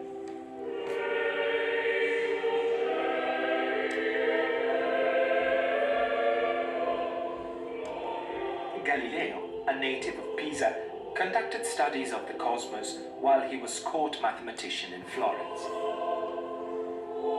His work, for which he was imprisoned, led to the acceptance of the sun as the center of the solar system.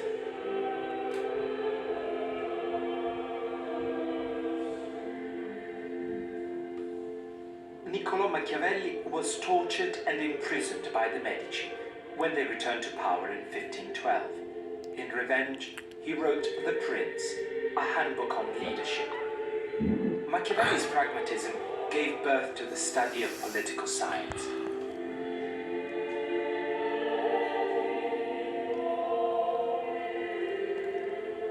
Donatello, known as the first Renaissance sculptor, brought life to sculpture and painting by infusing his work with classic realism.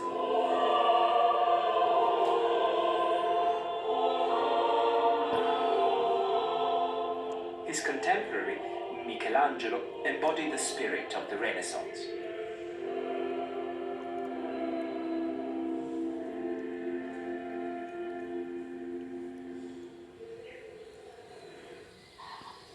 Just outside Florence, vineyards and olive groves have been the mainstay of the owners of this Medici villa, Capezzana, for over 1,000 years. Here, the lifestyle of Count Ugo Contini Bonacossi and his family is shaped by the harvest of their precious crops.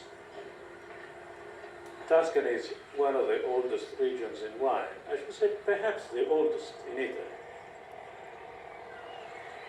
Many things must join together to make a good wine, like wind, sunshine, slope, soil, type of soil, humidity, rainfall, and many, many others. Winemaking is an art because you try to make the best of what you can have in your hands. The climate in this area is ideal for olives, including the occasional frost, according to the Count's daughter, Patricia. This frost, they make you cut the trees from the bottom, but the roots are still there. The roots are there for century and century, and so the trees come back slowly, and like in 10 years you can have a new trees. And maybe this is one of the reasons to make a good olive oil. Olives in the way of olive oil is really part of the food in Italy. We are pleased that this part of our tradition is going a little more around the world.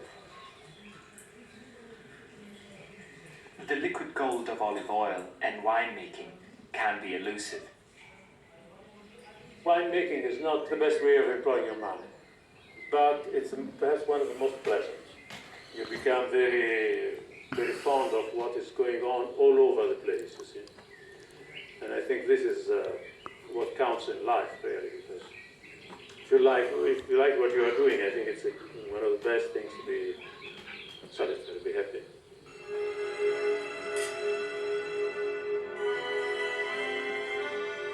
The artistic heritage of Florence is everywhere, even in the architecture of its grandest hotel.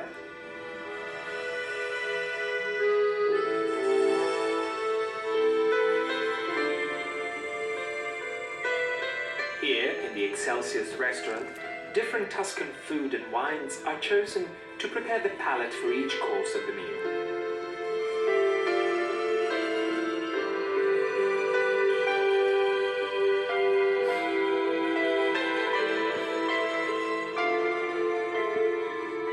Florence is especially known for its bean soups, and in particular, for its thick, juicy steaks.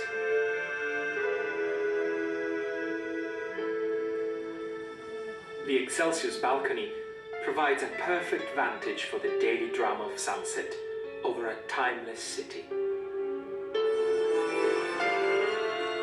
Florence overwhelms the senses.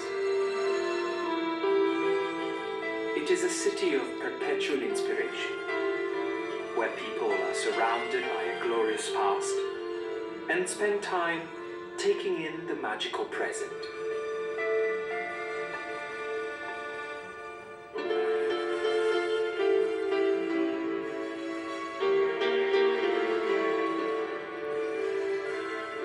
Lombardy, to the north, is blessed with the beauty of lakes and mountains. It boasts a prosperous people who have produced legends in design and opera.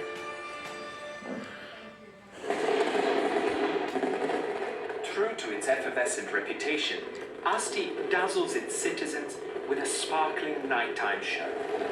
This display heralds the annual celebration, the Palio.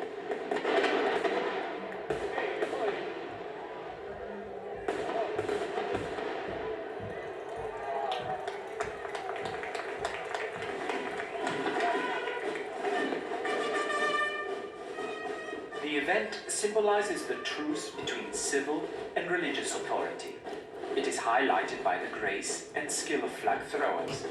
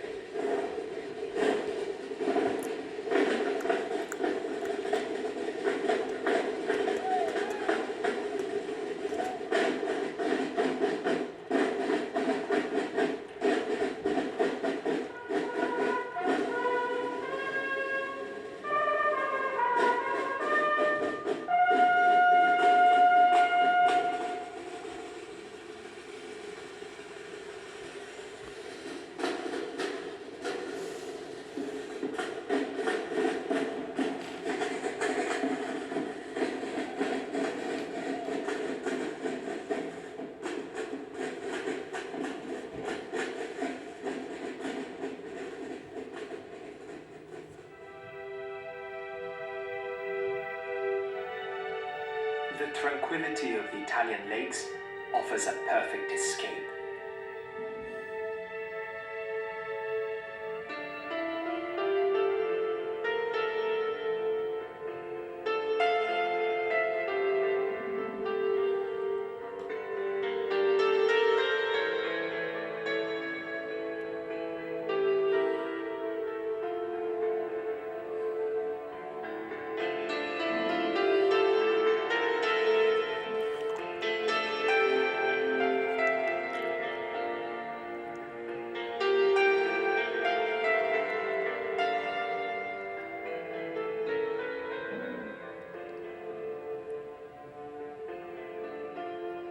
Fed by the waterfalls from the melting snows, placid Lake Como is bordered by some of the grandest villas in Europe. Yeah.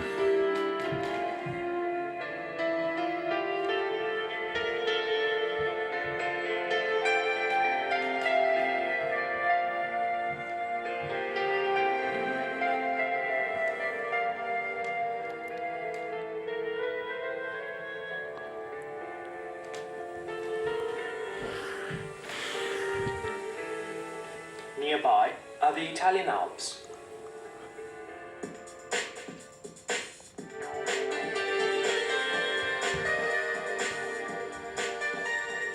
Moving closer to the heavens on every slope, skiers find their own version of bliss.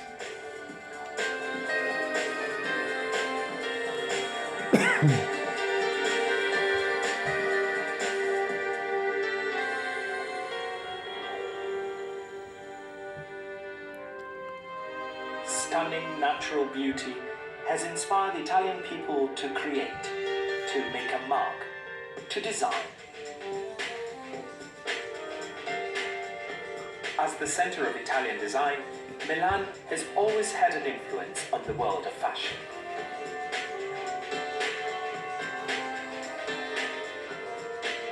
On Via Monte Napoleone, fashionable shoppers make an impact in a way only stylish Italians can.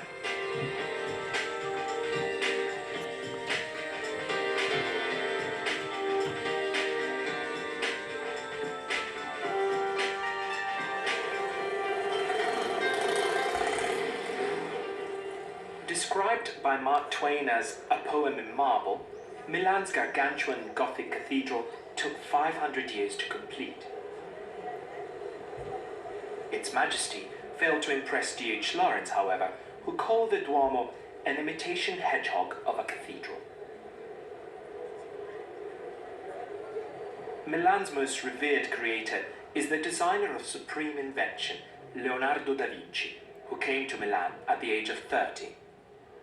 With his overwhelming genius, Leonardo bestowed a legacy of sublime art and applied science. At the National Museum of Science and Technology, Milan celebrates the work of Leonardo through models of his inventions.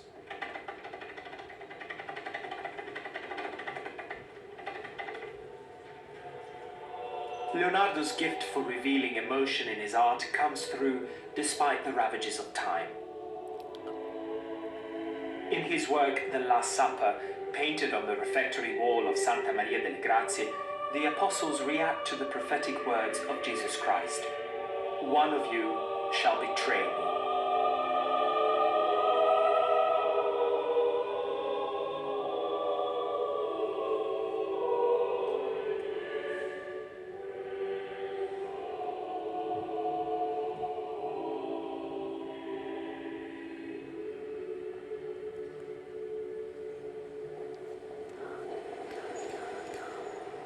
The emotions voiced so powerfully within the Italian art form of opera have resounded here for more than 200 years. Teatro La Scala was built between 1776 and 1778. It accommodates 3,000 opera lovers. Remarkably, each of the theatre boxes is built in such a way as to give an enhanced view of the stage.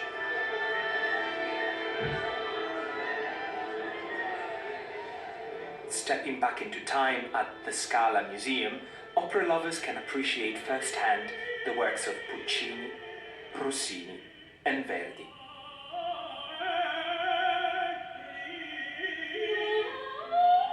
Highlights include the magnificent costume worn by the diva in Turandot, a gallery of composers, and portraits of tempestuous sopranos and seasoned tenors, the most famous being the Neapolitan Enrico Caruso.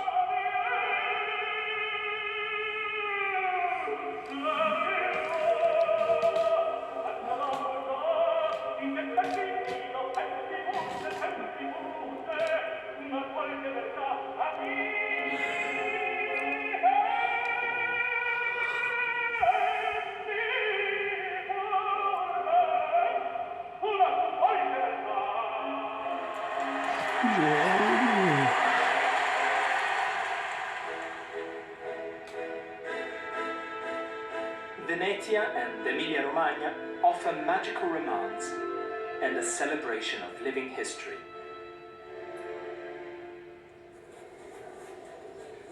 The Palio of Siena may be the most famous, and Astis may offer the most sparkle. Yes. But the Palio of Ferrara in Emilia-Romagna is the oldest in the world, Please leave me alone, please leave me the alone. most authentic. Please leave me alone. No, bueno.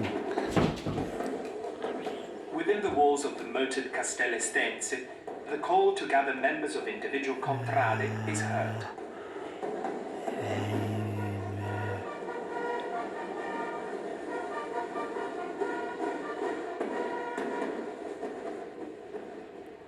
This celebration relives a springtime custom when the citizens of Ferrara make presentations to the court of the Piazza Riostea.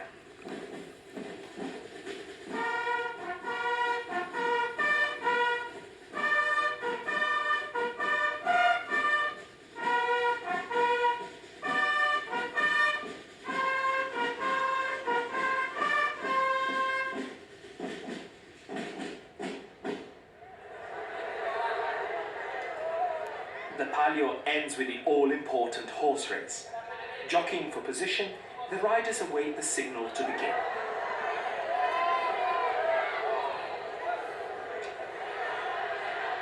Tension is high, and 4 starts are common.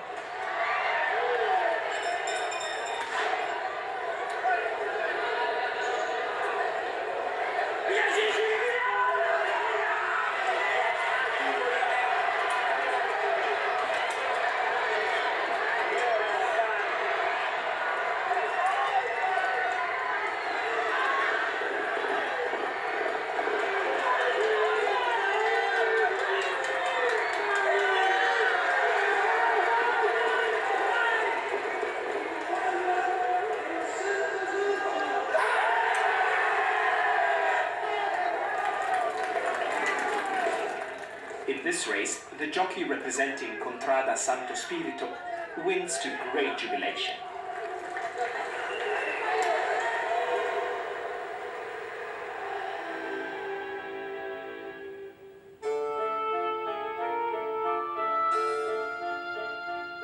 There are some Italian cities that appear timeless. With all its mystery and charm, Venice is one of the most captivating.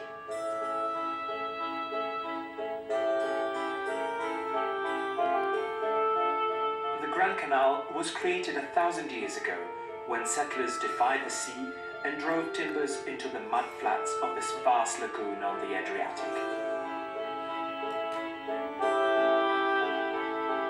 The most famous bridge in Venice is the Rialto. In a city without roads, it spans the main highway.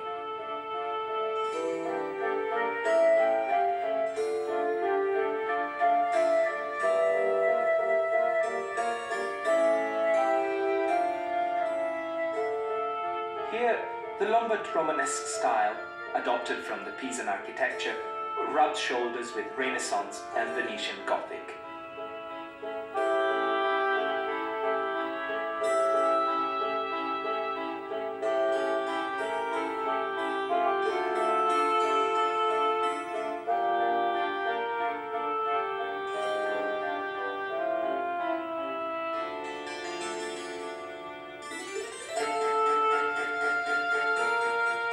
The Danieli is an outstanding palace, designed in the late 14th century to meet the demands of Europe's traveling nobility. Now a hotel, the Danieli is a striking example of Venetian Gothic architecture. As the jewel in the crown of Compagnia Italiana Grandi Alberghi, the Danieli features a staircase that ascends the height of a covered 14th century courtyard.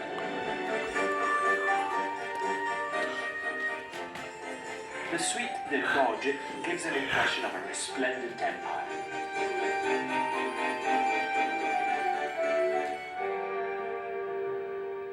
The restaurant terrace overlooks the lagoon and the Grand Canal.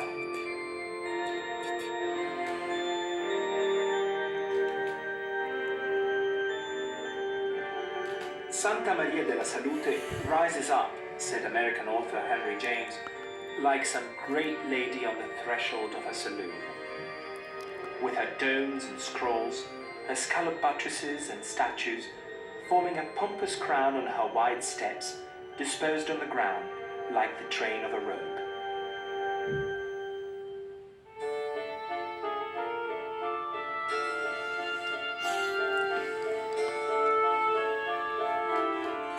The watery back streets of Venice are an enchanting labyrinth.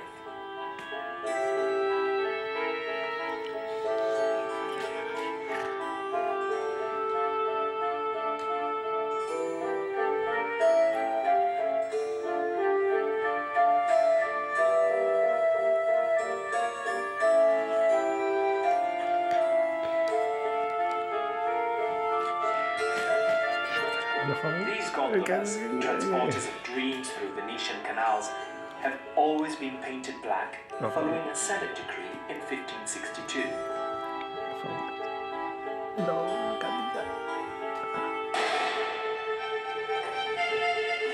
Special exceptions to the color rule are festivals and regattas, the traditional welcome for dignitaries to Venice.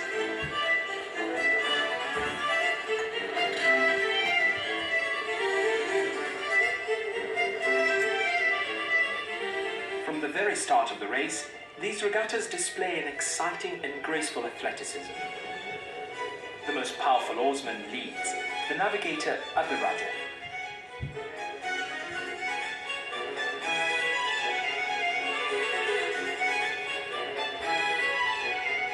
Agility, speed, and endurance ensure victory.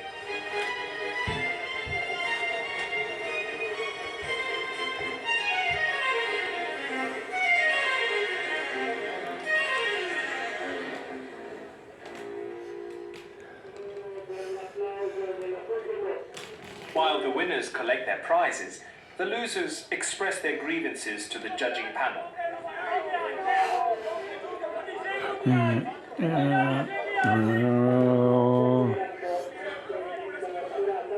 Centuries ago, an argument like this would have been handled another way.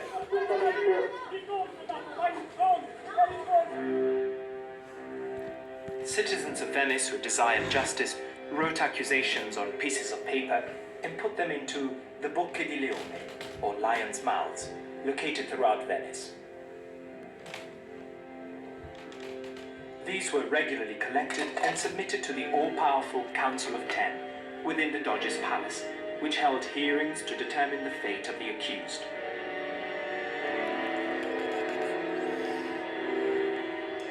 The Bridge of Sighs is where those who were to be imprisoned made their fateful crossing. Wrote English writer Byron, I stood in Venice on the Bridge of Sighs, a palace and prison each hand. I saw from out the wave her structures rise as from the stroke of the enchanter's wand. 1,000 years their cloudy wings expand around me, and the dying glory smiles o'er the far times when many a subject land looked to the winged lion's marble piles, where Venice sat in state, throned on 100 isles.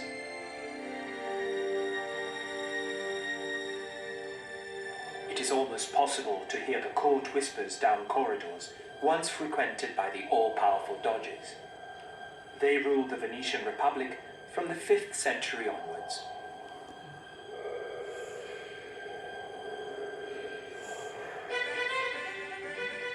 Vast fortunes were spent on the Doge's palace, the very core of the self-proclaimed most serene republic. This giant staircase underscores the grandeur of the palace.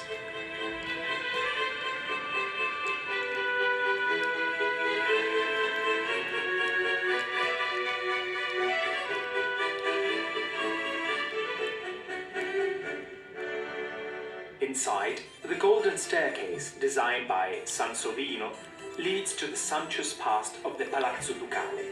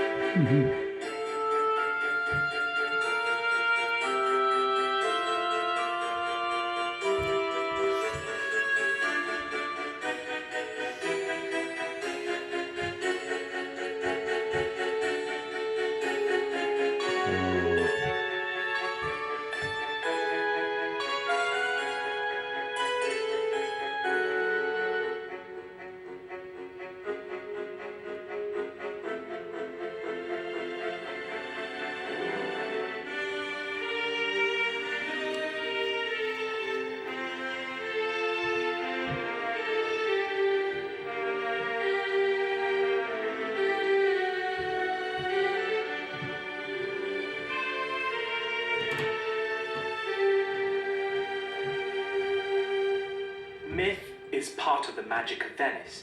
It lives on today in the magnificent Wedding of the Sea ceremony.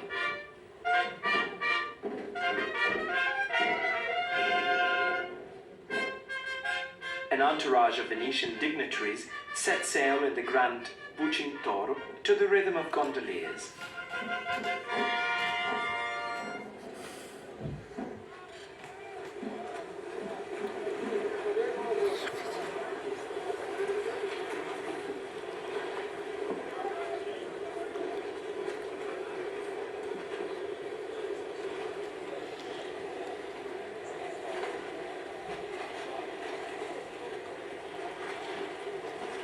Accompanied by this exquisite fleet, the Bucintoro makes its way to the ceremonial spot.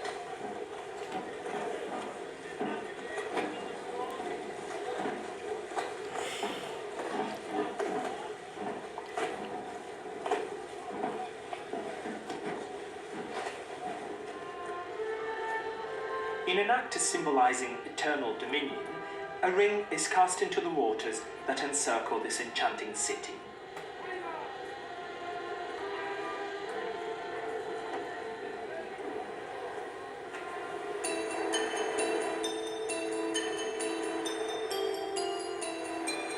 These specks of colored glass are evidence of the beautiful creations born out of fiery kilns and supreme craftsmanship.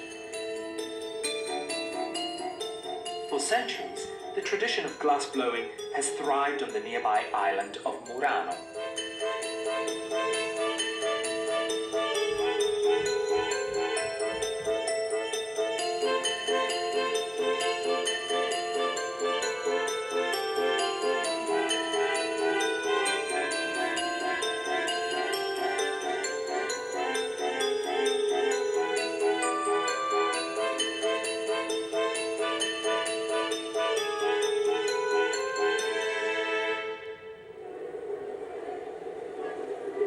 Playful exuberance is alive and well in the Piazza San Marco.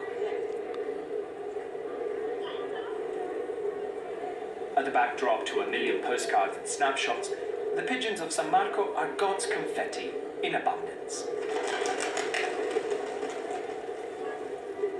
When he first saw it, Napoleon called the Piazza San Marco a magnificent drawing room, for which only the sky is worthy to serve as a vault. Here, surrounded by the spoils of the East and the ingenuity of the great architects who fashioned the square, time passes in a magical way.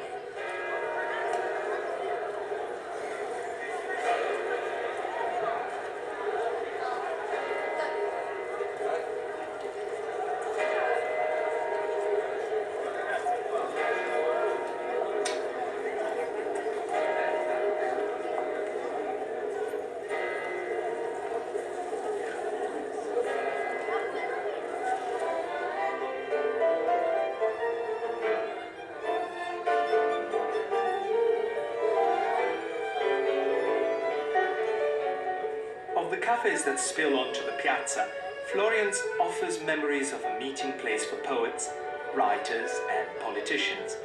Marcel Proust, Lord Byron and Charles Dickens were drawn to Florian's colourful atmosphere.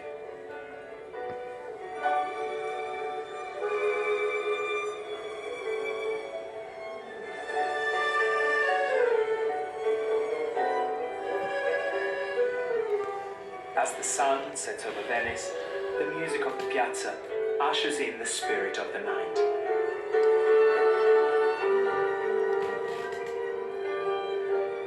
Venice is a place of dreams and magic that continues to work its spell.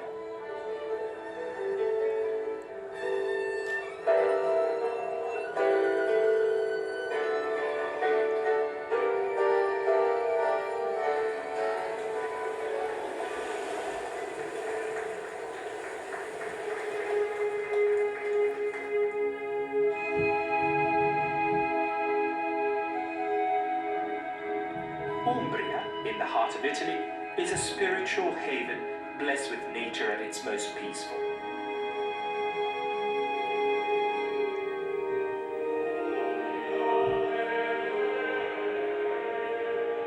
Assisi is graced with a magical tranquility. It is a medieval town whose fame and spiritual atmosphere derive from St. Francis, the patron saint of Italy, who was born, worked, and died here.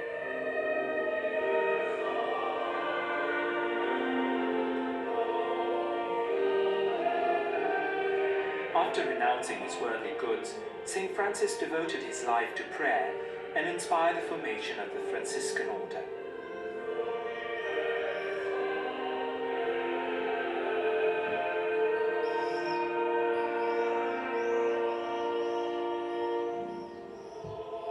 A lover of nature, St. Francis inspired, through the decoration of the churches in his honor, enduring expressions of Italian art.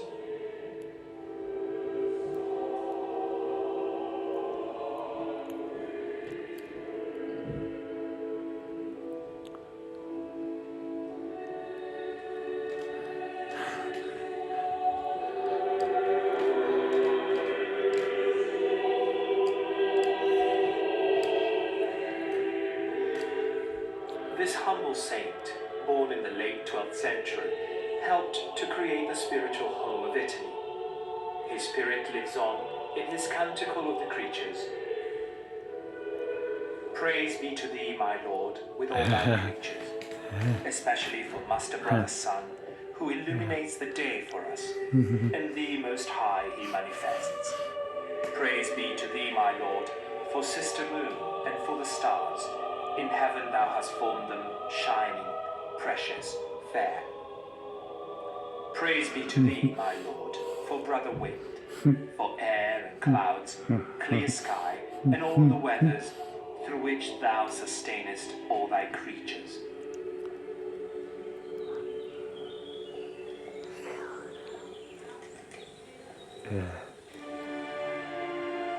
Latium's importance is historic.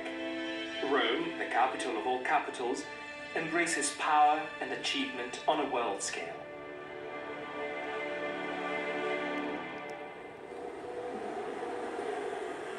All roads lead to Rome. For this Roman, they seem to all converge here.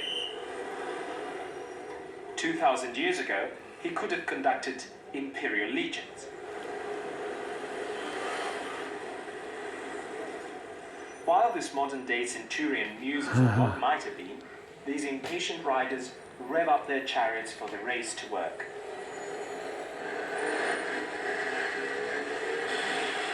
This competitive Roman spirit is played out best in the arena.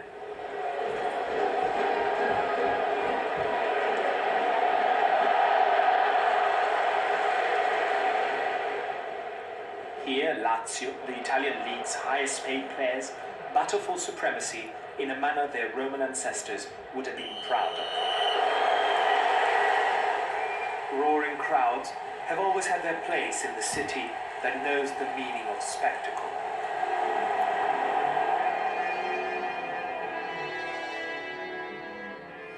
The Colosseum, inaugurated by Emperor Titus in the year 80, has seen it all. Here ensued mock naval battles, chariot races, and in the bloodiest days of the empire, Christians were martyred to the lions. The Pantheon, a temple built by Hadrian in 120 AD, is a building of exquisite harmony and form. The most stupendous aspect of this perfectly preserved building is the dome, with its oculus that admits light into the interior.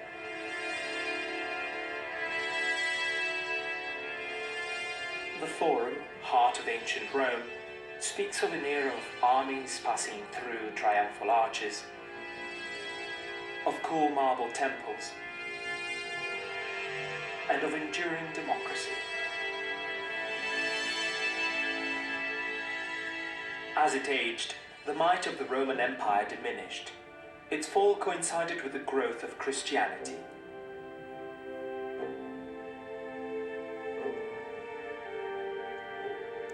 The largest church in Christendom is St. Peter's Basilica, located in the Vatican City. In 1929, the Vatican's 110 acres were established as a separate state. The administration of the church takes place within the Vatican, and it is from here the Pope oversees and guides some 800 million Catholics around the world. St. Peter's Square, designed by Bernini, is overlooked by a virtual city of saints.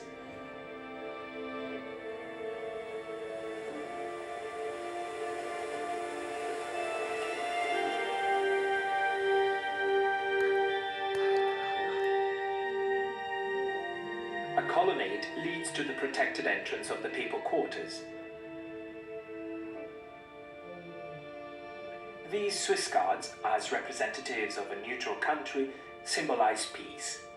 Their uniforms were designed by Michelangelo.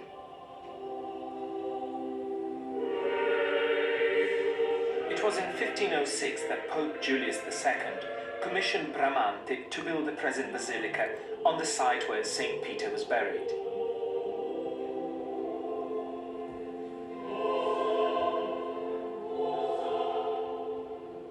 Inside the basilica, there are many masterpieces.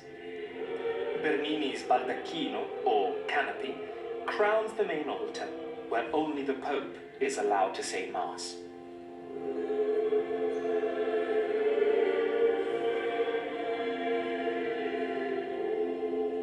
The Pietà is Michelangelo's sublime masterpiece.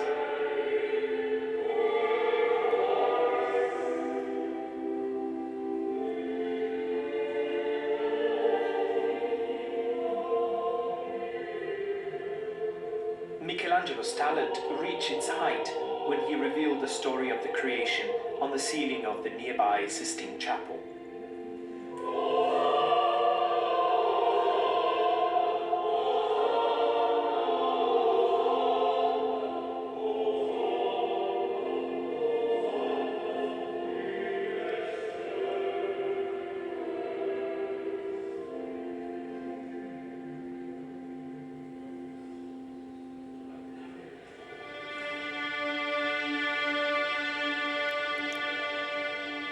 Michelangelo also designed the Piazza del Campidoglio.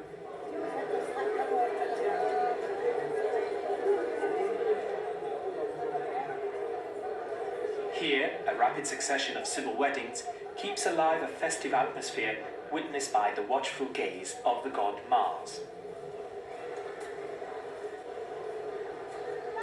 The square also features the most famous symbol of Rome, the she-wolf, with Romulus and Remus, the traditional founders of the city. Throughout Rome, architects use steps as a means of creating drama. Perhaps the most famous are the Spanish steps. They pour down to the refreshing fountain in the Piazza di Spagna.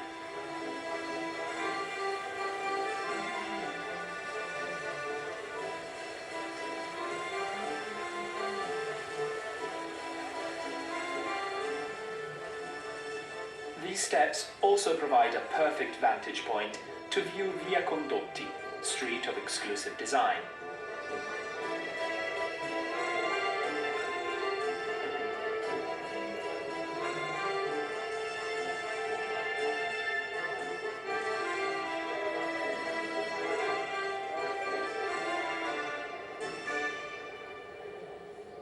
Caffè Greco, home of Rome's first coffee house, has been offering coffee and sweets to patrons since 1760. Among the most famous faces seen here were Wagner, Goethe, Baudelaire, and Liszt. The cafe today is alive with a bohemian air. Artist Stellario Baccellieri paints the interior of this special haunt, helping to keep alive the spirit of cafe society.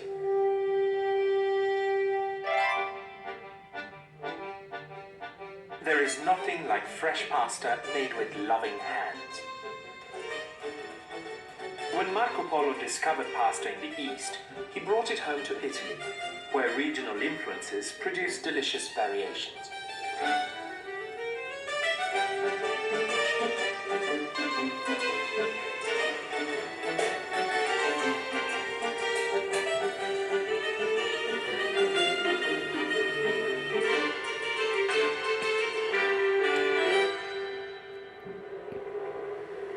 Fellini's celebrated film La Dolce Vita, depicting the good life of post-war Italy, made the Via Veneto famous. The cafes are still here, and the staff of the Excelsior give guest pointers to Rome's important sites.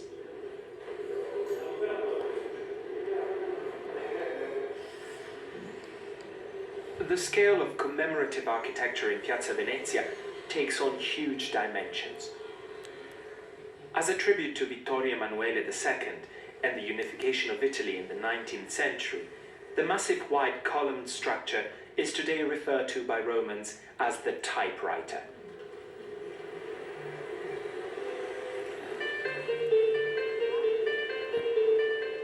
fountains of Piazza Navona cool the city in its heat and provide wonderful outdoor displays.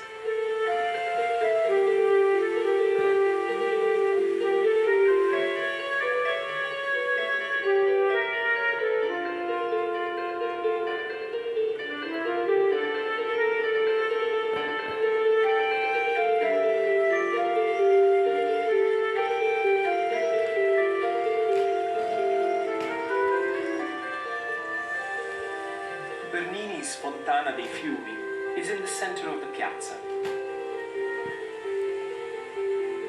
Francesco Borromini, who designed the facade of the church of Sant'Agnese opposite the fountain, did not appreciate Bernini as a man or as an artist. Bernini had the last laugh. His statue, representing the River Plate, raises his arm as if to protect himself from the imminent collapse of Borromini's work. The most romantic fountain in Rome is the Trevi Fountain, a Baroque masterpiece in marble. Its rushing waters are fed by an ancient aqueduct.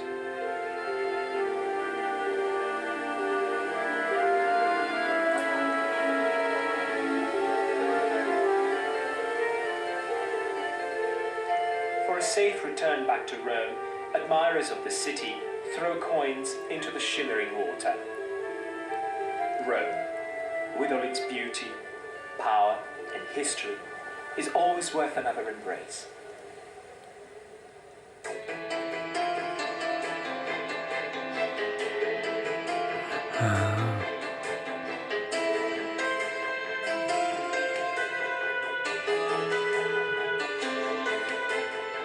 Italy is a rich banquet of human experience, impossible to devour at once. Generations throughout time have succumbed to its charms. For Italy is more than a place. It is a land of profound beauty, of lyrical flair and passion.